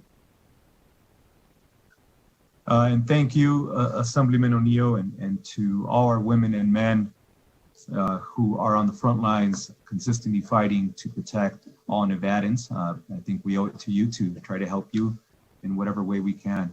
So we look forward to working alongside of you, Mr. O'Neill, Mr. Gramis, and Ms. Freeman. Thank you for all your work. With that, we'll go ahead and close out the hearing on Assembly Bill 315. And the next hearing we have is Assembly Bill 316. And Mr. O'Neill will join us right back. Welcome back, sir. I'm glad you're having me back, Chair. I guess I should start out with once again wishing you all a good morning to Chairman Flores and the members of the committee. For the record, I am PK O'Neill, representing Assembly District 40, which includes Carson City and part of Southeast Washoe County. Today, I am here to introduce Assembly Bill 316 for your consideration. This proposed legislation aims to ensure that veterans are fully aware that they may be responsible for fees if they utilize certain entities in attaining their VA benefits, Veteran Administration benefits, as well as informing veterans that there are multiple agencies who will assist the veteran in attaining these benefits for free. With me today to assist on this important endeavor is Tony Yarber, who is Secretary for the United Veterans Legislative Council. He is here to elaborate on the need for this vital bill, along with answering any questions the committee might have. As you may know, the United States Department of Veteran Affairs and the Nevada Department of Veteran Services provide an array of services that are free to veterans of the United States. There are many honest companies who will assist veterans to access their benefits at no charge. However, it was recently brought to my attention that some veterans are being taken advantage of when they attempt to attain their VA benefits by entities who charge for these services without providing the veteran with proper notification. This bill will ensure that veterans are made aware that they may be responsible for fees if they utilize the services of those certain entities in attaining their VA benefits. This bill does not intend to put good operators out of business. It only ensures that the veteran has been properly notified. I would like to provide a summary of the bill then allow Tony Yarborough with the United Veterans Legislative Council to provide additional testimony in support of the bill, and then take questions if that meets with your approval, Chair. Perfect, Assemblyman. Let's do that. Section 1 is so short, it's standard language, so let's move to Section 2. Section 2 requires any person who advertises or promotes any event or other public gathering or other service relating to benefits or entitlement for veterans, with certain exceptions, to disclose certain information, including that, 1, the event or services provided are not associated with the United States Department of Veteran Affairs, the Department of Veteran Services, or certain organizations for veterans. And 2, the veteran may qualify for benefits other than those discussed or advertised. The bill requires an oral announcement to be read at public events, which you can review starting on line 10 of page 2. There are also a written statement that must be included on any advertisement, and that the statement is located beginning on line 26 of page 2. In Section 3, the bill requires a person who provides services to obtain benefits or entitlements for veterans to provide a written disclosure before entering into an agreement with a client for the provisions of those services. This section also requires the Department of Veteran Services to prescribe the form for the written disclosure. Section 4 authorizes the Attorney General to collect a civil penalty of not more than $1,000 for each violation of those provisions of this bill. And Section 5 allows for any person who is a victim of consumer fraud to bring a civil action against the entity that committed the violation. That will conclude my introductory remarks. I would now like to turn it over to Mr. Yarborough to provide additional testimony. Thank you, Chair. Thank you, Assemblyman. Good morning and welcome. Good morning. Excuse me. Good morning, Chair.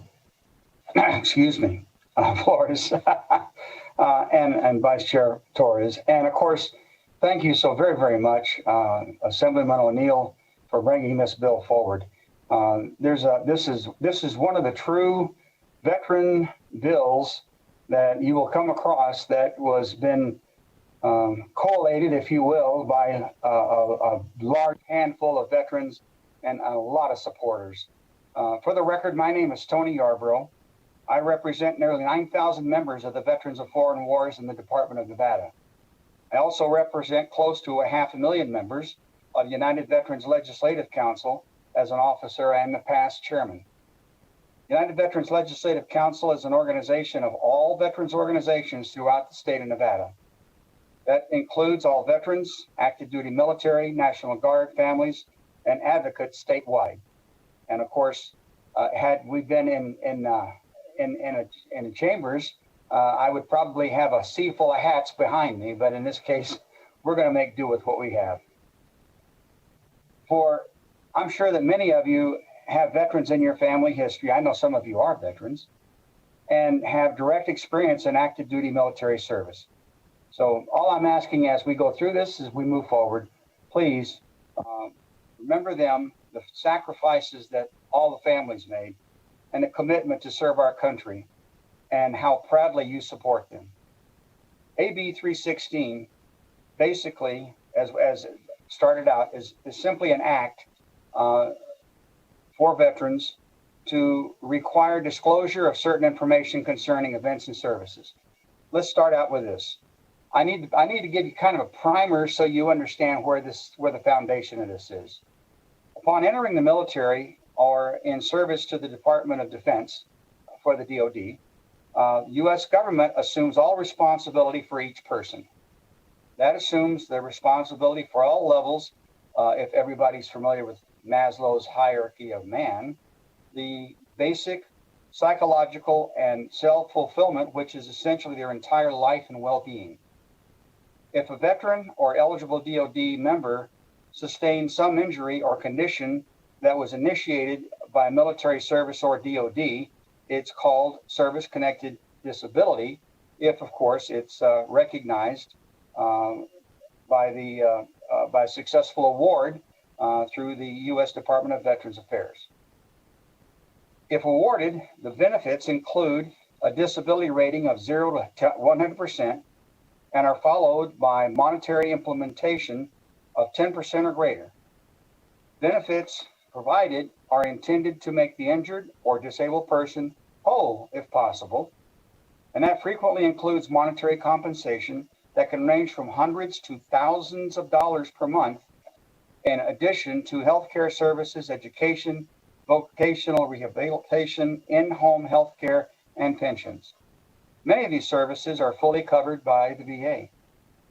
The attraction of a potential large award monies provided in the back pay while waiting for a claim to be processed is very attractive to any unscrupulous service provider. Veterans in Nevada have numerous avenues to obtain representation for benefits from the VA.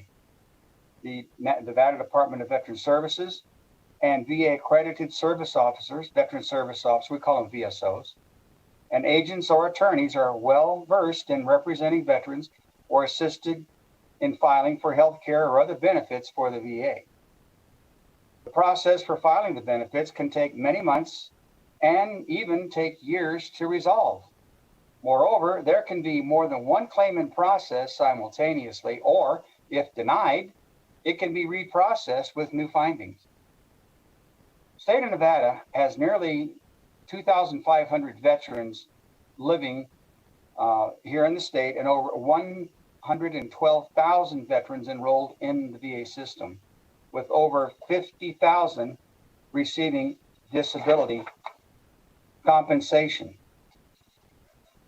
With the number of veterans steadily increasing, the VSOs get overwhelmed, and groups or law firms create an opportunity to fill the gaps.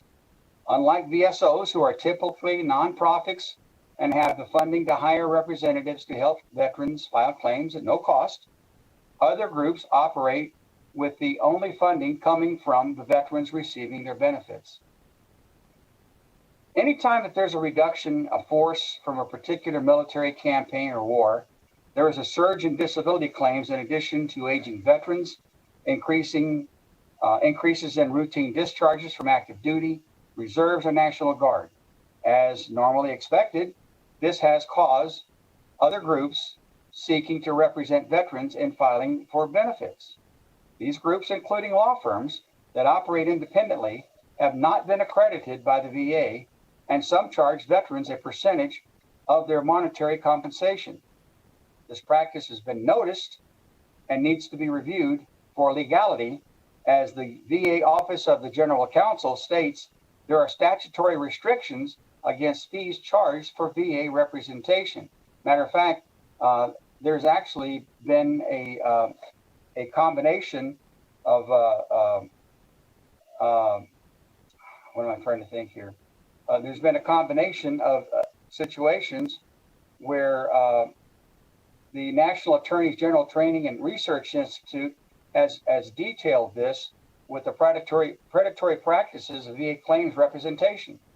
They go into extreme depth, and they go through the detail to explain that they have financial planners who promise to qualify ineligible veterans by repositioning assets with financial products not always in the veteran's best interest and inaccurately represent as the only way to qualify for a VA pension benefit. They often tie that offer to the free claims assistance for their nonprofit products, or home care entities that offer free claims assistance as a ruse to lock veterans and their families into long-term contracts for subpar home care services, or free filing consultants who attempt to avoid the law that prohibits charging veterans a fee for claims preparation by disguising their fee as a charge for general information about federal benefits, and then claiming that benefit claim is filed free of charge. Or post-filing contract management involves a promise to file a benefit claim free of charge, but then demands payment for a questionable contract management fee on the back end to oversee future communications with the VA. Now, these are things that have been brought to the attention of the National Attorney General's Training Institute and Research. So these are very critical issues, and these predatory groups take advantage of this practice by just not only overcharging, but not informing the veterans up front of the costs and charges for services seeking to make money from the veterans' claim. Nevada must address this issue to protect veterans seeking benefits and protect them from predatory groups seeking to profit from veterans who need VA benefits and health care. This bill, AB 316, will reduce these predatory practices and protect veterans from losing benefits, being scammed into thinking they can receive benefits or receive services that are subpar and overcharged. We can protect veterans by passing this bill that clarifies the VA benefit practices and seeks to uphold law or pursue legal action for groups not accurately or lawfully providing the VA benefits, healthcare, and other services that are unacceptable standards of care. These veterans seek benefits that they have earned, and there are numerous agencies accredited by the VA to assist with filing for these claims at no charge to the veterans. As was said previously, there are some very good secondary companies, attorneys groups, etc., that do an excellent job and are within the confines of the law. We are going after those who are not. And with that, I appreciate your opportunity to make this presentation. Thank you. Thank you, sir. It's always an honor to see you, and thank you for all your work. Fortunately, this time we can't be in person, but even virtually, thank you for your service. With that, we'll go back to Assemblyman O'Neill, please. Thank you, Chair. I think Mr. Yarborough really brought the point home on this bill. So now both of us will be available for questions of your hardworking committee. That works. Thank you, Assemblyman. We'll go ahead and open it up for questions. And I am now reviewing the chat. We'll start off with Assemblywoman Brown-May. Thank you, Mr. Chair. Thank you, Assemblyman O'Neill, Mr. Yarborough, for that great presentation. And I want to commend your efforts to support our veterans and protect their interests. My dad is a veteran, my brother is a veteran, right? So it's very, very important that we make sure that our veterans are informed and able to access the benefits that they're entitled to. So I appreciate that. I have one really just clarifying question relative to this piece. Section 2, Section 2, number 2, any person who advertises or promotes services to represent or assist veterans matters.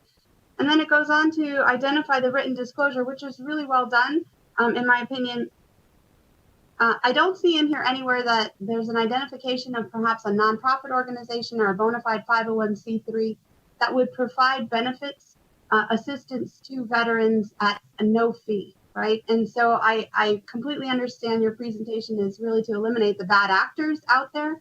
And unfortunately, there are, I'm sure, plenty. But is there a way to denote, have you considered maybe identifying bona fide nonprofit organizations that would provide this service at no fee? Would they still have to require that narrative on their advertising material?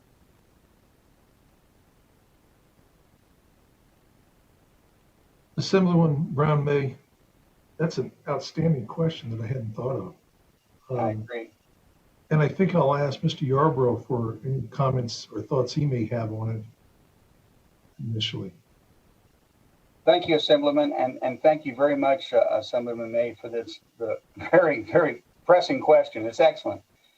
The reality is, I think that truth in advertising cannot hurt anybody from any perspective. Matter of fact, I would believe that that would be reinforcement to help the both the person seeking the services and the person providing the services.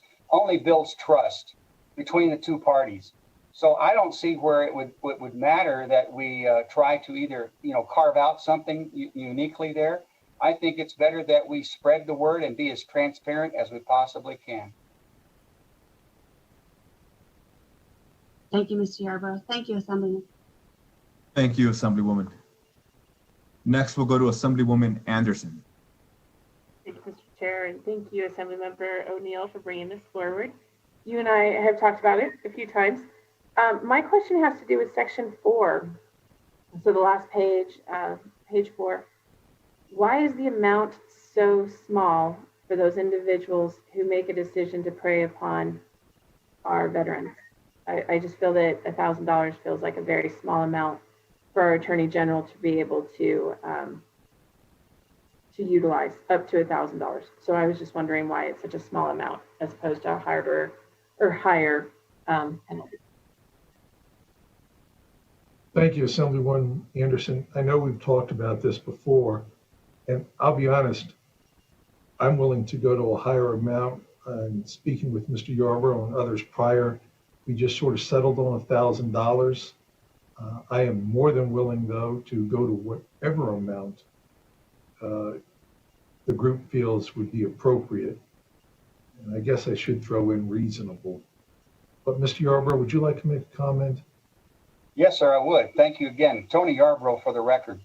In our research in bringing this bill forward, we came across some other states that had been doing a similar activity.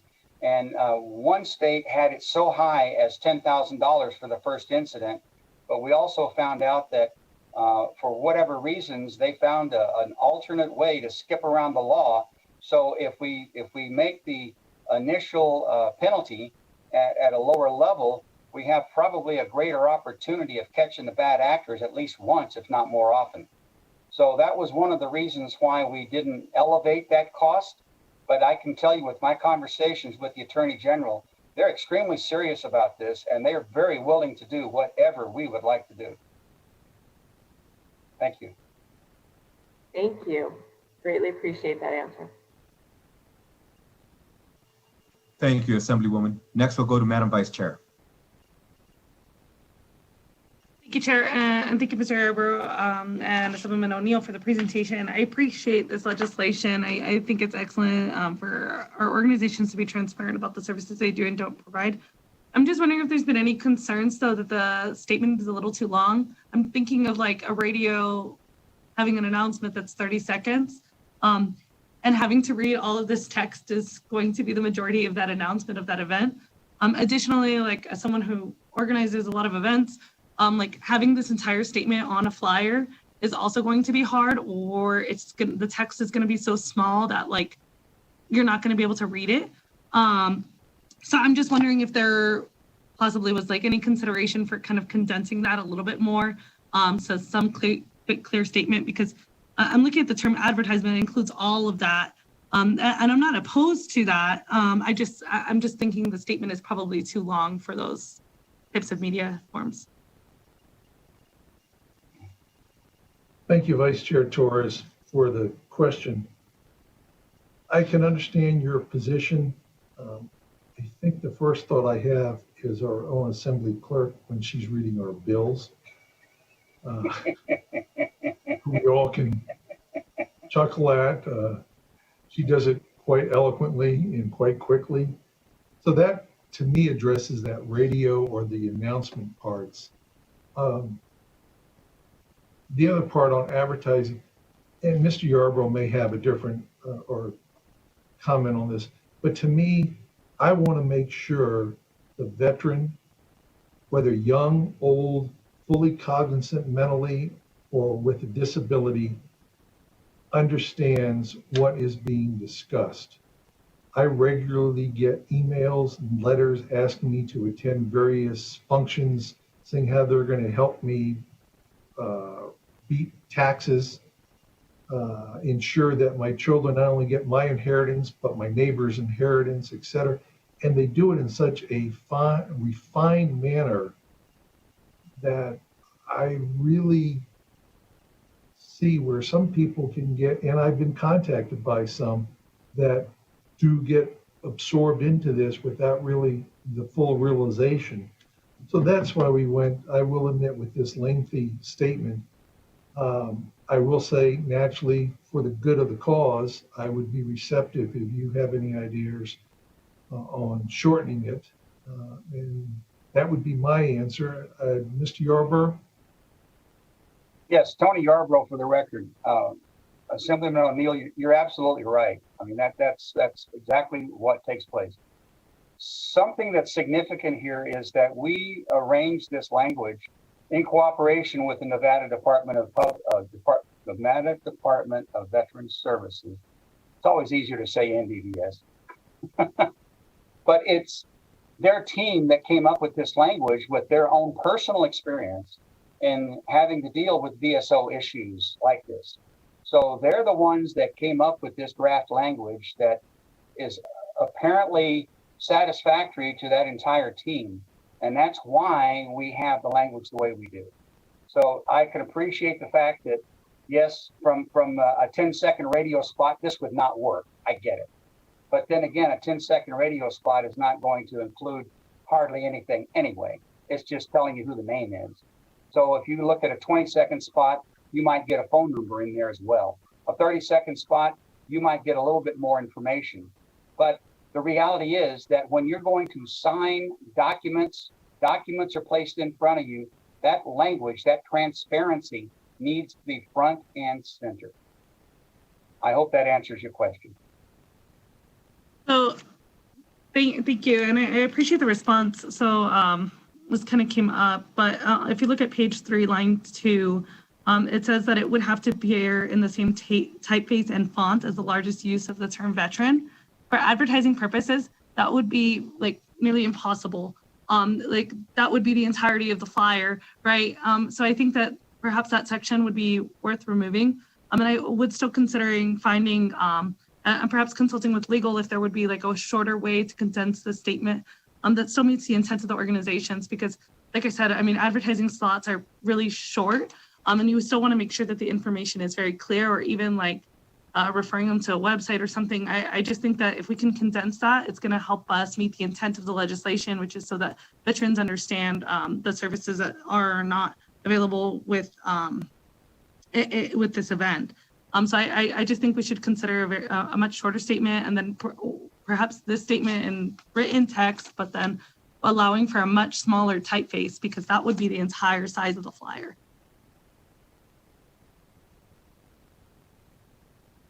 If I may, Assemblyman O'Neill, I don't disagree with your thinking, and I believe that just like Assemblyman O'Neill, we would certainly entertain some kind of an amendment that you have in mind to make something more sensible, make it more accessible, and certainly more universal. We would certainly embrace that.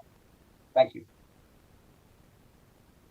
And I'll just also chime in saying, Ms. Vice Chair, I'd be more than receptive to your comments if we can get together with legal and see what they might come up with. And then we can also discuss the maybe 1/2 size or 1/2 font size. So if they did a 12 font, it would be a 6 font size. You're saying in advertising, but I understand you correctly. Yeah. So. Thank you. And like I said, I'll get with you and get with legal to see what we can come up with for suggestions, and then go back to veterans for their concurrence. Thank you, Vice Chair, and thank you, Assemblyman. Next, we'll go to Assemblywoman Considine. Thank you, Chairman Flores, and thank you for this bill. I just have, I guess, a clarifying question. So if there's a situation, let's say there's a large, like Ask a Lawyer event, or there's something that is put on by a bona fide 501c3 where it is for the entire community, but within the representatives that will be there helping people, there will be people with specific knowledge on veterans affairs, or knowledge on scams that are happening specifically to veterans. So in that scenario where it's a broad community event, am I reading this correctly, that this would require on the flyers, on all of that advertising, to have this statement? Because again, that does go back to the amount, the size, and how much that would be. And I know there are several of those events throughout the year that do help veterans, but it's in a larger scope of an event. So I just wanted to get a little clarification on that. Thank you. Thank you, Assemblywoman Considine. It's my understanding that if I'm with you on this, you're talking about a community event that will have various tables or representatives out there. So when they're advertising, those that are dealing with veterans, yes, should have that advertising there. If they get up to give presentations during this community event, then they should have an acknowledgement. And as I said prior to Vice Chair's thoughts, we'll try to work on shortening that up to assist both in the verbal statement and in the written. And Mr. Yarborough may have additional information. No, I'm good. Sounds right. Thank you. Thank you.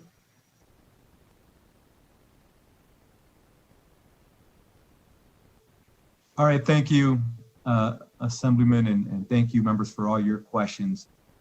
At this time, I'd like to go to those wishing to testify in support of Assembly Bill 316. Broadcast, if we could please go to the phone lines.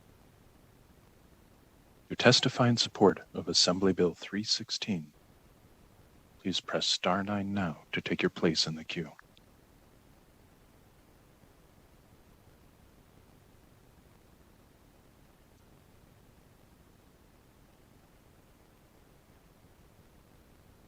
Caller with the last 3 digits of 885, please slowly state and spell your name for the record. You will have 2 minutes and may begin. I am Denise Estes, DENISE, Good morning, Chairman Flores, and thank you for allowing me to speak to AB 316. I am in favor of this bill. By way of background, I am a veteran service officer representing the veterans of foreign wars at the VA regional office here in Reno. I have 3 examples I wish to present to the committee. A veteran in Ely paid $200 for assistance in filing his claim to VA. VA denied his claim. When he returned to the person who assisted him, he was told sorry, and no offer was made to assist him with any further filings to VA. A veteran in Carson City paid $150 for assistance, but his claim was also denied, and he received the same brush-off. Same story for a veteran in Las Vegas who paid $125 for assistance. When the 3 veterans contacted my office afterwards, they were quite upset because they had no idea there was a no-cost option. All 3 veterans understood there was a no guarantee of success. However, they did feel that the person they sought assistance from should have continued to help them with filing an appeal to VA. In conclusion, all veterans should be informed of no-cost assistance is available. And thank you for the opportunity to speak in favor of AB 316.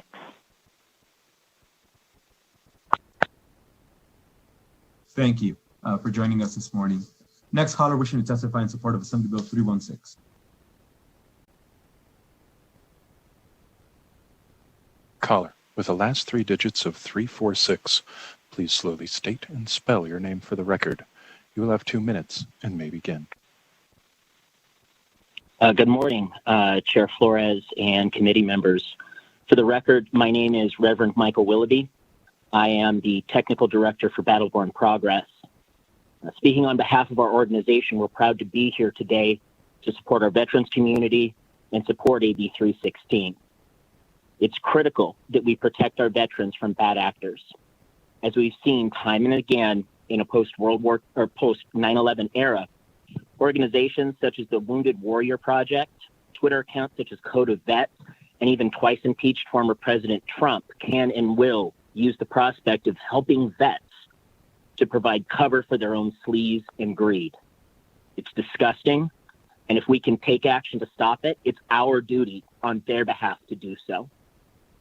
Many are only fans of veterans when it's convenient for them, but we believe that we owe it to the brave men and women who sign their life on the line to show up on their behalf no matter the occasion, because it's the right thing to do. Support the troops isn't just an empty slogan to trot out during an election cycle or to affix to the back window of your listed F-350. It's our side of the bargain when we ask our people to volunteer to give their lives for our nation. Time to take a stand against grifters. AB 316 would prevent bad actors such as twice impeached former President Donald J. Trump from funneling critical resources away from the men and women brave enough to serve our country. We support AB 316, and you should too. Thank you.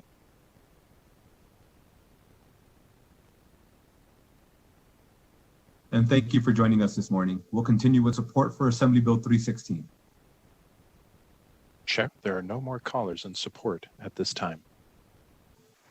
Thank you. At this time, I'd like to invite those wishing to speak in opposition to Assembly Bill 316.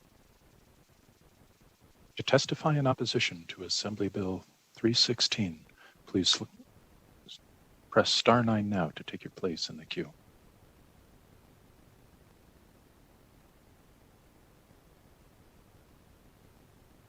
Chair, there are no callers in opposition at this time. Thank you. At this time, I'd like to invite those wishing to testify in the neutral position for Assembly Bill 316. To testify neutral on Assembly Bill 316, please press star 9 now to take your place in the queue.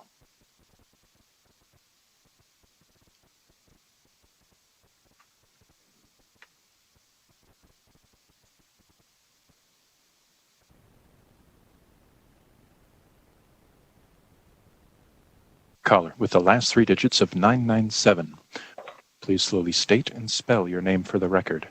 You will have 2 minutes and may begin.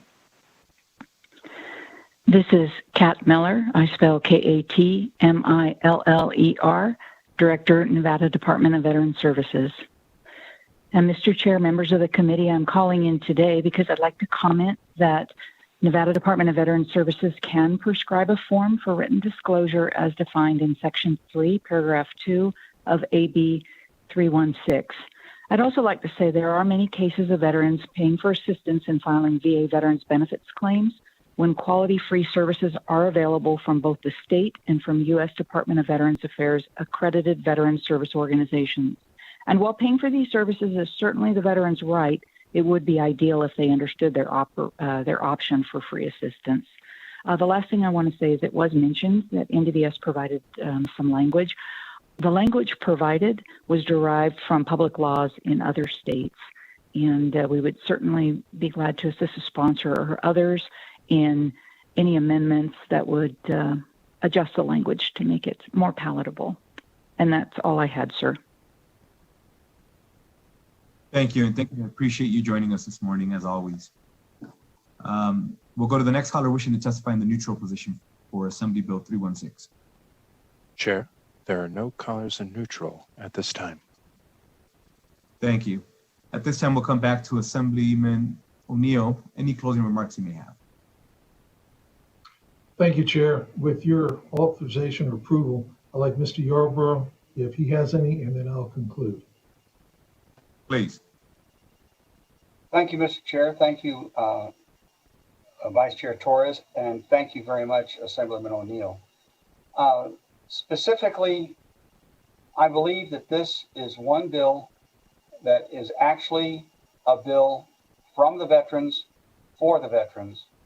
And this is one of those bills that we know that there are people taking undue and extreme advantage of veterans, and Director Miller is absolutely right. It is their right to pay for that if they believe that's their avenue. But unfortunately, we are dealing with a significant number of folks that are aging and people that don't have the comprehension level sometimes that we would like to believe that they have, or they are too proud to ask others for the help to analyze the details. And they believe that, I get calls all the time. How do I get my benefits? What am I supposed to do? And all I can do at that point is I direct them to our service officers. And we have many, many service officers that are hard working people that certainly know their avenue. They know what they have to do. They know the job, and they do their very, very best. And I will tell you that I get reports, frequent reports, that we actually have millions of dollars recovered in benefits due veterans that do go through the VA system. This is a lot of money. And unfortunately, we've got veterans we're losing a lot of money. Now, I know that Service Officer Denise Estes made comments that of her 3 cases, there were just a few $100s that they had lost. But there's been situations down in Las Vegas that I'm hesitant to even say the name, but what I will say is that last I heard it cost one particular veteran $1,000, and they knew and the person running the claim knew in advance they had no chance of getting the claim through, and they took the money anyway. And when they came back and they were unhappy that they didn't get it, goodbye, sorry. We need to do the right thing for veterans, and this is our opportunity. And I truly appreciate you looking at doing the right thing for veterans. Thank you very, very much. Thank you, sir. And as always, we appreciate your passion and commitment to helping our veterans and for all the service. We look forward to working alongside of you with this bill and many more to come. Comments.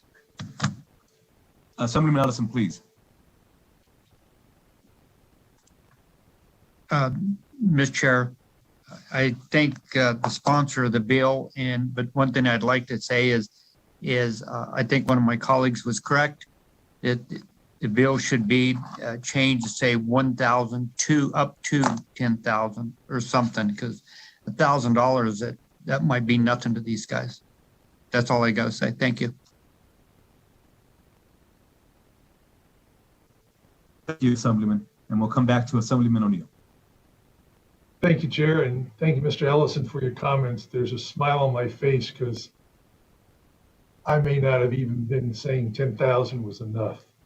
But Mr. Yarborough did express some good points that other states have discussed with us in some of those claims. But I think I will conclude, if I may, Chair, thanking the committee, thanking you for allowing us to present AB 316. I strongly urge your support of the legislation. And I want to conclude with just the comment that Mr. Yarborough said, which was so aptly and succinctly put. This will help veterans who helped and were willing to give their lives for you, for your families, and for your future families, and for all of us. This is something we can do in saying thank you. So with that, I'll conclude, Mr. Chair, and thank you all for the time. And thank you, Assemblyman O'Neill, for your work, and appreciate you working with us and knocking 2 bills out in one day. So with that, we'll go ahead and close out the hearing on Assembly Bill 316. Next on the agenda is public comment. And those of you wishing to testify in public comment that this is not a time for us to reopen the debate on a previously heard matter. This is a time for you to speak about general matters that fall within the purview of our committee. I don't want to cut you off. I want to encourage you to speak. I just don't want you to try to re-engage in debate on a hearing. So with that, we'll go to the public lines. Broadcast, please. To take place in the public comment queue, please press *9 now.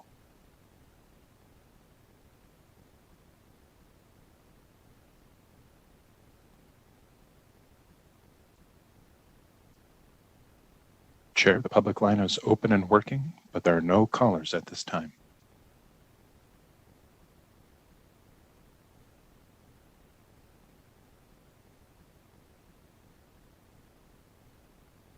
Understood. Thank you. And I was just waiting for a second because I thought I had received an email, but I may have misread that. So at this time, we'll go ahead and close out public comment. And I want to remind everybody that tomorrow, Friday, March 26th, we have 2 items on the agenda. Give yourself an opportunity to become familiar with those. We'll be hearing Assembly Bill 268 and Assembly Bill 280. We'll be starting at 9 a.m. Members, thank you for your thoughtful questions and dialogue, and I'm sure that we'll be able to get to a good place with those bills. This meeting's adjourned.